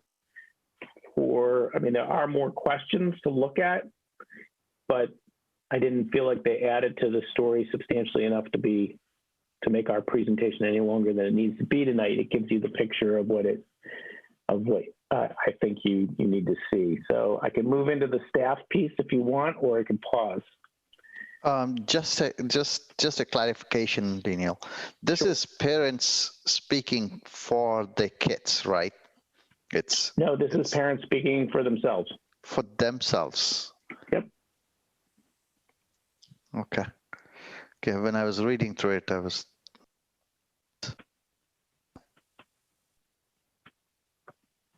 There are questions that ask them to report on how their kids feel. And I skipped putting those in here. I put in, so there are two sets of questions that they have. And one is, how do you feel about your interactions with the Westborough Public Schools? And there's also questions about how do they feel about their kids' interactions within the schools. And I felt like I could just go to the student data for that rather than report out the parents' perceptions of what their students are reporting. Got it. It's surprising. I can analyze that data for sure. I can show it to you, but again, there's only so much data you can take in a night, right? Yeah, understood. Yeah. But it's surprising some of the parents are feeling threatened or bullied. Yep. Yeah, so like this question here about feeling hostility or feeling threatened or bullied. There's a hostility. You don't want 25% reporting. Rarely 10%, sometimes 15%. So that's just, Yep. Other comments? I just wondered if I feel welcome at this child's current school, so they were answering, for their kids. I'm wondering if the not sure, and I don't. They're answering, I feel welcome as a parent. Yes. Yeah. I feel welcome at this child. So they were answering for their different children. If they have more than one child, I think they were answering for the different schools that their kids might be a part of. But I'm just wondering if I don't want to blame everything on COVID, but if the not sure is COVID related, because there are some parents in our district who have never been to our schools because they moved into this district and they chose remote only. They have Right. no idea. They just don't, they literally are unsure because they've never stepped foot into Fales Elementary or Hastings or Gibbon. Right. So I just want to acknowledge that, this might look different if it was just a typical school year. And I think the idea is to give this survey annually or, often so that we can see growth and change over time. So, I don't know. I don't want to blame COVID for everything, but the not sure could be related to that. Mm-hmm. And it is kind of an off year because we're not having any parents at our schools. Like there's no parent volunteers. There's no parents coming in for, meet the principals coffees or, these social groups that we have. Even the parent group meetings are all online. So that whole idea of our schools are welcome to everyone, it really just isn't true right now because you just physically can't come in because of COVID. So it's just a different feeling. I don't know if that's affecting everyone's answers this year. Well, I've been listening to the discussion, and one of the things that strikes me is, first of all, I'm not surprised at the results of this because, this problem has been with the United States for 400 years. And so now the issue is if we're going to change it in the future, how are we going to do that? What method will we use as part of the school district to modify opinions and feelings and the truth of racism? I think more than likely it's a workshop to begin a process by which an effort can be effective. It's all well and good to do surveys, but what really is needed, and not only here in our little microcosm of the world, but in the United States as a whole, is a method to solve this problem. And as we know, it's been here endemic in the United States basically since day one. And now, not only based on our own feelings in charge in this district, but also as a necessity for this country to survive going forward, is a method to change. I've got other opinions as well, but and other thoughts that I have on this issue, but the important issue is what are we going to do? How are we going to make it better? What process will we use? And I think that's where the real effort is, and not debate these particular numbers, other than I'm not surprised. And I guess at this point, that's my comment. I wanted to add one more thing about, it ties on to Steve's, what are we going to do? Just a reminder that the social studies department, there was a committee that was revamping the curriculum in the spring. Well, they've been revamping it for a few years now, and they came to us in the spring of 2019 and requested an additional year to work on revamping their curriculum, including one of the writers of the frameworks within our state was one of our high school teachers who's on that committee is Casey Cullen. And then they were going to report back a year later with that extension of a year in spring of 2020. But that, of course, was when COVID sort of took off. And so that presentation was delayed. But looking forward, I'm really looking forward to receiving that report and hearing how the curriculum plan of action regarding the Westborough Public Schools social studies science curriculum has been revamped and upgraded to include the history of racism that is ingrained in the systems of today.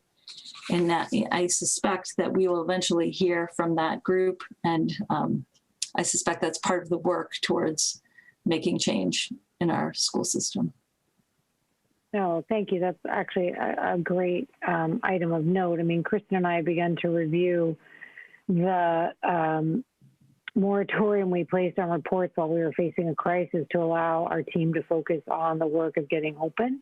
But Kristen and I have just begun reviewing, and Daniel and I have been discussing as well, what are essential reports that need to cycle back through. And Daniel and I have both discussed that the social studies report is one where they certainly have articulated that they want some additional depth around some of their recommendations. So I'll coordinate with Kristen, and Daniel and I will work forward on getting that back in front of you such that it provides a piece of the data for the ongoing work. I don't know if you want to comment, Daniel, but. No, I agree. It's much broader than the social studies department, but the social studies department does play a role in it, helping us with this. But I do agree. So yeah, we will certainly get you a report on and come back before the committee about what the social studies department's doing. And then let's finish it up with the staff. I know you. Yeah, sure. Did a few of There's only information here. 4 staff, and I think we have to forgive them because they got 2 sets of surveys, and so they were a little surveyed out, and that 47% is not as high a response rate as we want, but it's not a bad response rate either. But they, are in the middle of a very hard year, and the racial makeup of the respondents here, you can see that there's not nearly as much diversity among our teachers as there is among our parents, and we know that that's something for the district to work on. We are 80.5% white in terms of the respondents here. So it's like 11.5% are from different non-white backgrounds, but there's work to be done in that realm, and that's certainly a goal of ours. That said, so I'm going to present the data in a different format because I don't have like subgroups that are large enough to break it out by subgroups. So this is just in the aggregate. So looking at how the whole staff of the 278 members of our staff, these are paras, teachers, and administrators and administrative assistants mixed together, are asked the question, how often have you witnessed staff members acting in a racist manner towards students of color? The never is at 63%,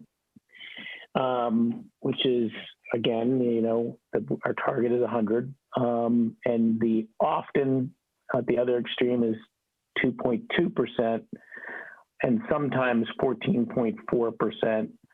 So, we have a sometimes and often coming in at 17%, rarely or not sure 2.5, and rarely 18%. How often have you witnessed white students acting in a racist manner? The faculty, like the students, report that they see it more among our student to student. So instead of the never here is 63%, faculty seeing faculty, acting in a racist manner, whereas they'll say never is 46%. So it's, there's just a higher incidence of faculty perceiving students saying or doing something that's racist. They say rarely is 30%, and so but in terms of often, it's 1.8%. Sometimes it's 19.1%. So neither group perceives it as happening often,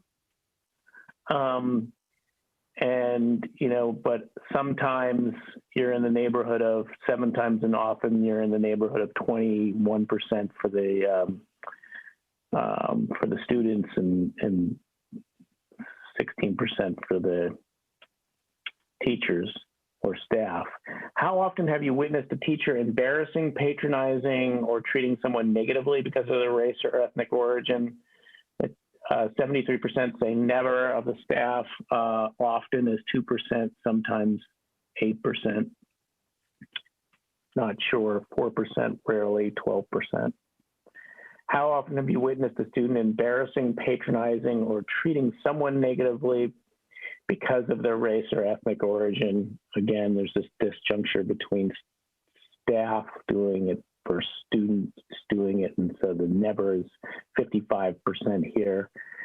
Often is low at 1.1, sometimes 9.7, not sure, 3%, rarely 31%.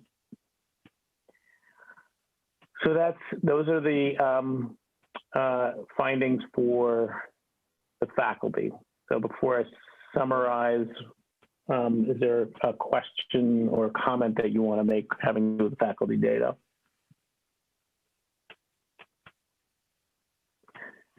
So, I mean, I guess just taking us back to the top, and Steve made the point eloquently, which, you know, we wrote in the introduction of our report here, is that, you know, the work here is that using, you know, comes now to use this data as a way to, you know, put a finer point on where it is that we need to develop our plan to work on these issues and where we want to make progress, how we want to go about making progress.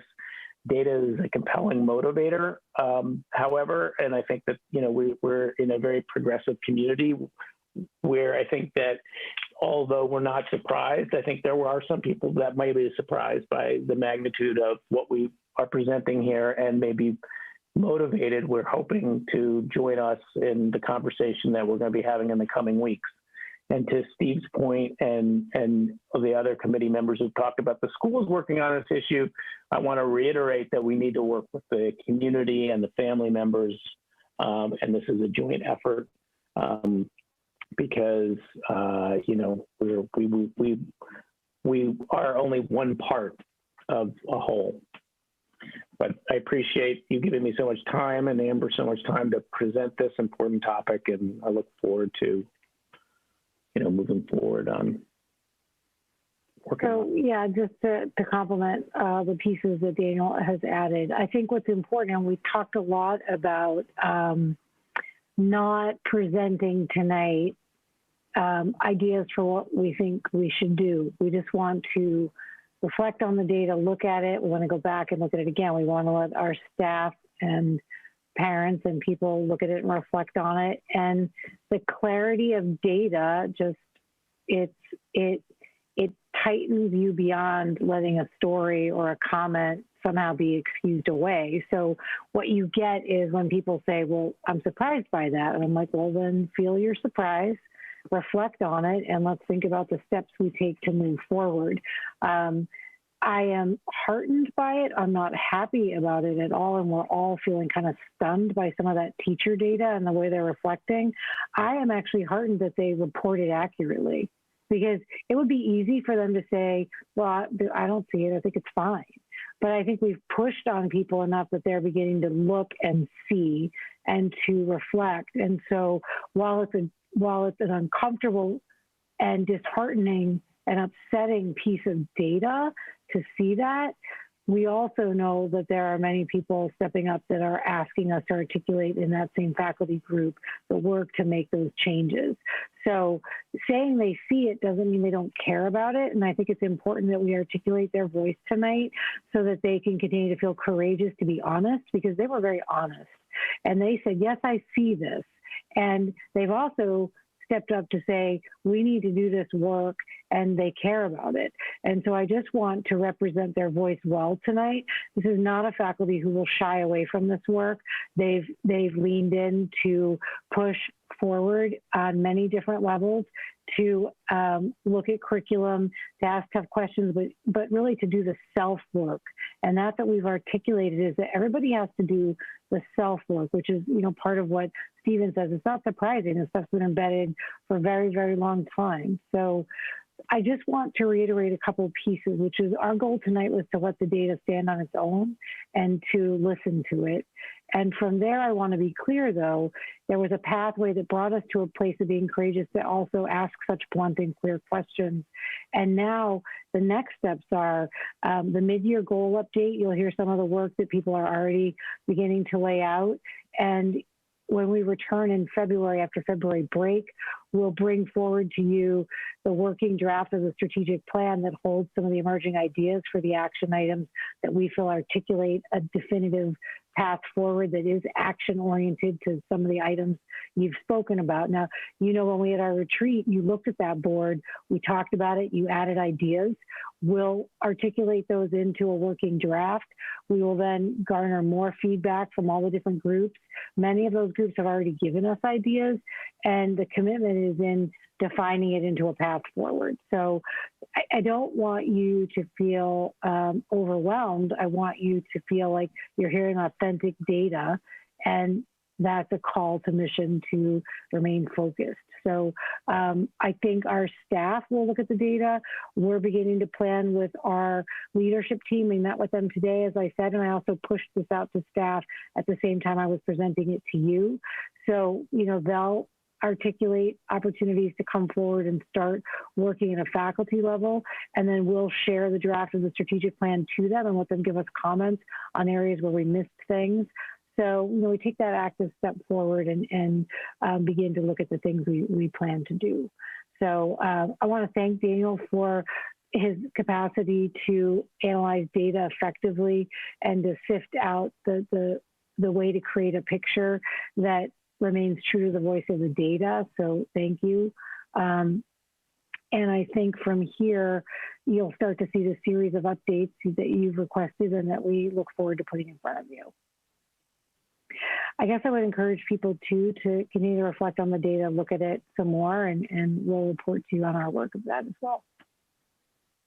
Thank you both for putting this together. And this is an important first step in moving our district forward and acknowledging that we have work to do. And so this was really important for our district to engage in this. While it's a difficult year, I wish all our energy was not spent on COVID. It could be spent on this.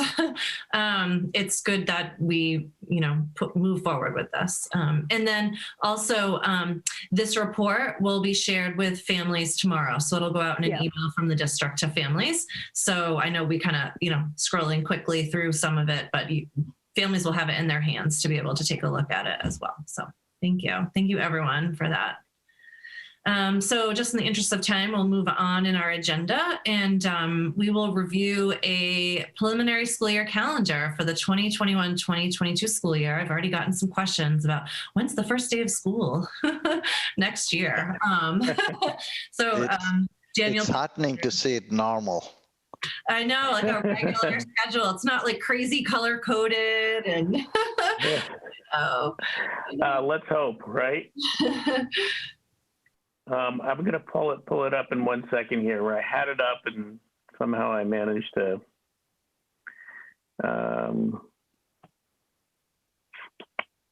just give me 1 second, please.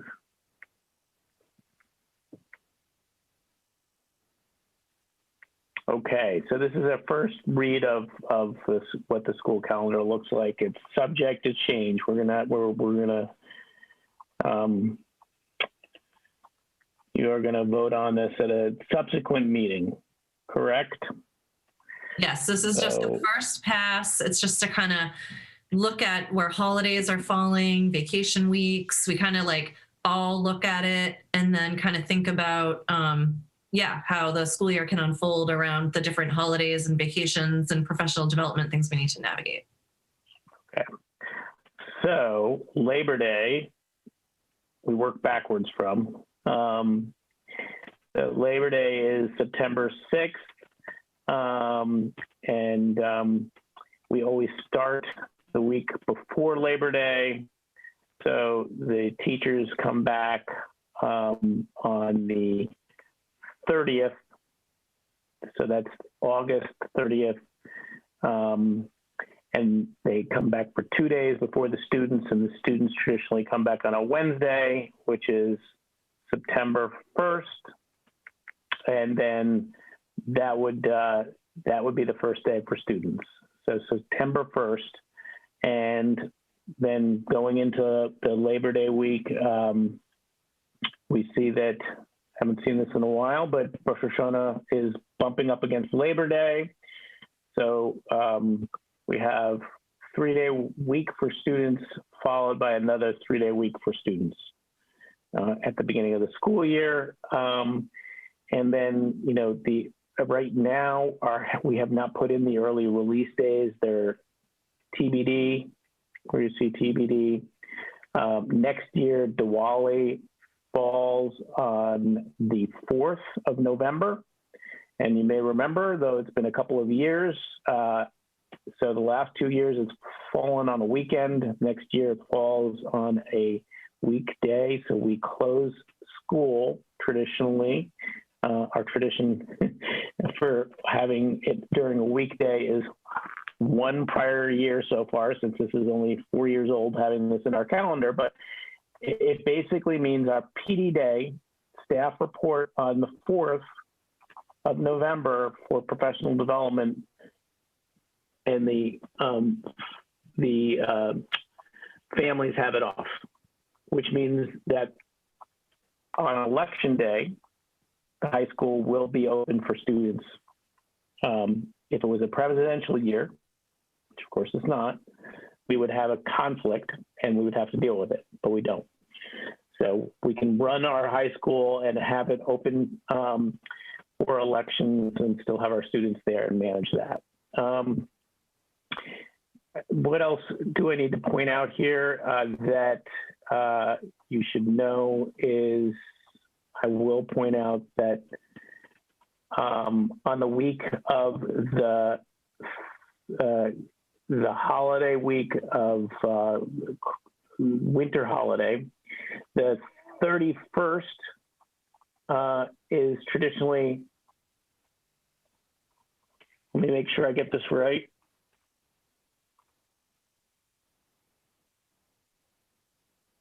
Help me here, Amber, if I get this wrong. I think that the 30th is usually,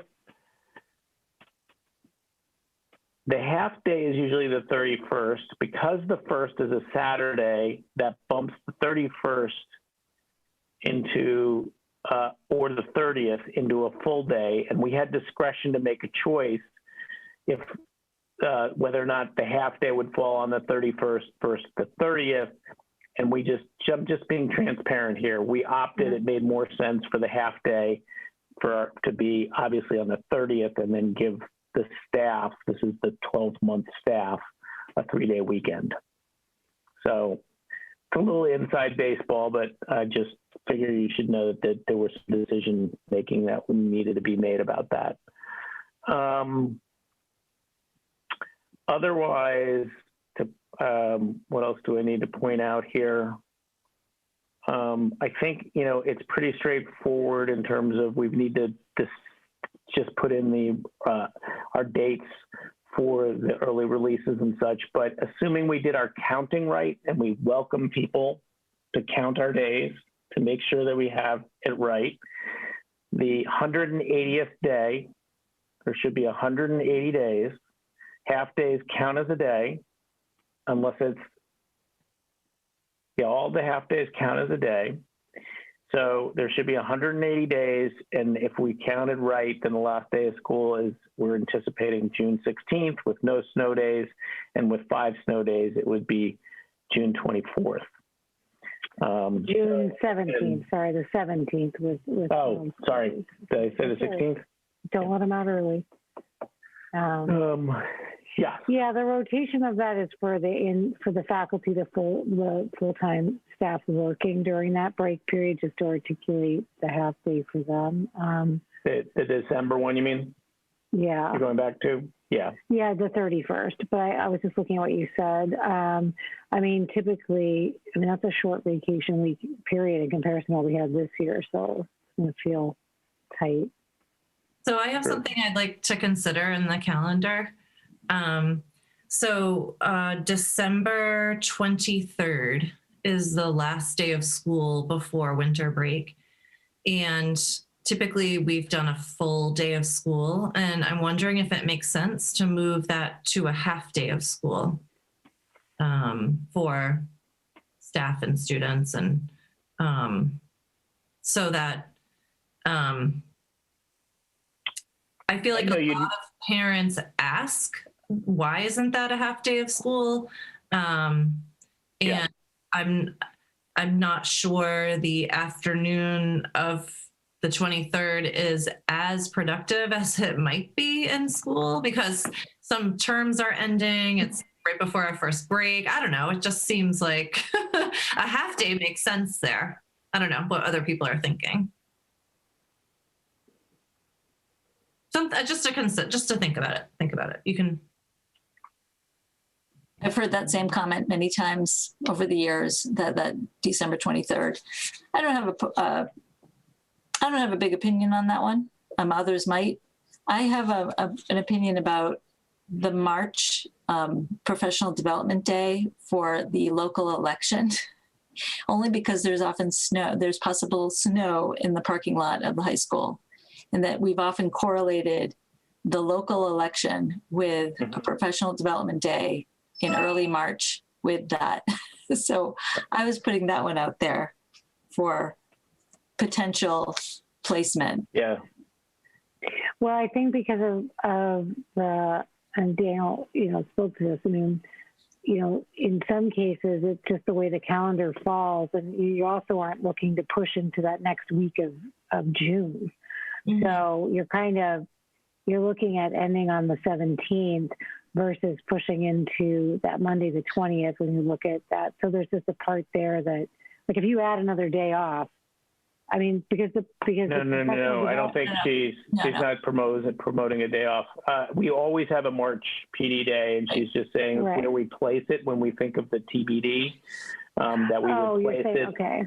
on the election day. Am I reading you right? Okay. Please? That is correct. Yes. Okay. Sorry, I misunderstood what you were saying. Okay. Sorry. Thank you for clarifying. Yeah, we've done that in the past. I think we can do that. I don't think there's any reason why we wouldn't. Yeah, no, definitely. I think to the point around the half day, I mean, certainly, I've heard a full range of discussion. I think, our faculty can provide a robust day. They can provide a robust half day. And I think they get concerned when families start leaving early or they keep their kids home because they want to travel. When it's that close to a weekend, you're going to find people trying to hop on getting going towards the next day for those that are celebrating Christmas. So, I'm open to that as well. I mean, certainly you won't hear faculty argue against it. And an acknowledgement, I think many families would wish the same. They have the capacity to pull their kid out if they want. And then teachers feel like the day can be fragmented, or they don't want to do a ton of content if they're missing 6 kids who took a half day or didn't come in. So there's a kind of tension balance there. I think a half day can focus parents to say, put in the half day, push through it, and then head out, can actually clarify the message of a solid academic day for the morning. But why don't we keep thinking about it and see? You guys can think about it and consider it at the next meeting when we vote. Sure. I wanted to bring up another issue, which is the construction of fails. That whether this calendar addresses any potential delay, or are we? I mean, I've heard every report we've received from Steve says that they are on schedule, and does that mean they are on schedule to be completed prior to August 30th, or actually August 26th? Because isn't that when the new teachers come in? Yeah, so I mean, Steve might add in, I'll comment as well, that I think, I think that we've separated the anticipated opening of school timeline from fails, because we will open fails in one construct or the other. It might be that they're in the fails current building and they move at a different time, or depending on the timeline, they would move. I think that target will evolve. What we don't want to do is tie ourselves to, I don't know, again, to an anticipated, if they said we needed a week and then they could guarantee a certain thing, that might change the discussion, but I don't see that as where we are, but I'll let Steve speak to it. Yeah, exactly as Amber has said, by programming, we anticipate that they'll come in on time in middle of August, give or take. And that's what the schedule shows. But from day one, we said our experience tells us, what are we going to do if? And the if is we stay in the old school until the new one's ready. And the plan would be, let's say they're late, in which case we might move, say, at the end of September over a long weekend or something like that. So school can start when it needs to start, whether we're in the new building or the old building. And that was the plan from day one. Okay, just to keep it in our radar. And then I also want to remind people who are listening that the calendar committee work that was done in 2018 and 2017, and even part of 2019, had a group of about 20 people on a subcommittee that worked on the calendar on how to decide which days would be off based upon the way that cultures experience their holidays. And that's why we have certain days off during the year. And just to remind everyone that there were different categories of holidays, which would require no homework days for specific holidays that may not be included in no school days, just to keep that in mind. And then my final comment is about Indigenous Peoples Day. I'm looking at it, October 11th, and it says Columbus Day. And I just thought when we came to the calendar, whether we can just discuss whether we move forward on changing the name to Indigenous Peoples Day. I have heard through comments through the Mask, Serve, we receive emails from the Massachusetts Association of School Committee Members about the change and that it's often done through the town. And yet it hasn't come forward to the Board of Selectmen. So I'm curious what our committee thinks about that in open meeting, because I feel pretty strongly that it should be changed. And I have spoken to a select person to see if that can add to their agenda sometime in the near future. And it would require, according to them, historical context, an understanding of towns that have done this where they voted to make the change, towns that have voted to not make the change, and before they could move forward. Yeah, that was something that was brought to our attention, I believe, from the We Cares group, and also some parents have brought it to my attention. I've done some research on it, and Amber and I have talked about it. We talked about it in the fall as we were approaching 2020's Indigenous Peoples Day, Columbus Day. So yeah, it is something that we should think about. I don't want to get into a discussion about it tonight because it's not something we specifically had on our agenda. So I would like to add it at some point to our agenda, and probably the next time we talk about the calendar, we can consider that more. Does that feel good to you, Amber, if we do that? Yeah, I think we want to make sure we're thoughtful about such a conversation, and there's layers of context to it. And I think shared mission is important. And, Daniel's document says that the behaviors of anti-racism are, and as did Stephen, community deep. They're not just school deep. And I believe that everybody has to be courageous, and that's inclusive of the town and the selectmen demonstrating leadership as well. So the fact that it hasn't been brought formally to them doesn't mean that it isn't part of their task. And I think that if we feel that it should be, then we should ask that of them as community members as well as ourselves. So I think that that's the kind of quality of discussion we want to have as part of collaboration. I would never surprise the other board also by acting without a conversation, because we've committed that this is a community that's connected, and it speaks to the mission of Westborough Connects that we want to be a connecting community. So I think we share the conversation, which will give us deeper roots on it. So I should mention, I spoke to the Board of Select person as a citizen and not as a school committee member, because we have not discussed this as a school committee, and that I wouldn't want to go in that direction unless we had talked about it in an open meeting. But I would like to put it on our agenda. I thought it almost crossed over between the two agenda items, between our survey results and the calendar, but it certainly can be a separate agenda item for the future. I think it requires a little, for my part, like a little research and a little more thought to it. So Amber and I can figure out when that would fit in again on our agenda, and definitely relates around the calendar too. So I appreciate you bringing that up and reminding us that we have to kind of Yeah, definitely, and that it's in public record for us to say that it's a continued conversation. Because I also think you see faculty are the ones that you're referring to a calendar where faculty shifted it. And when we did our COVID-based intervention, where we created calendars, the faculty articulated it as Indigenous Peoples Day in their work. So again, when we say, I think everybody shares in this, and so they've certainly put some of their voice on it, but we also need to work with our faculty and the town. So it feels good. I think it's a good one. I appreciate it going on the list, and we take steps to make a resolution.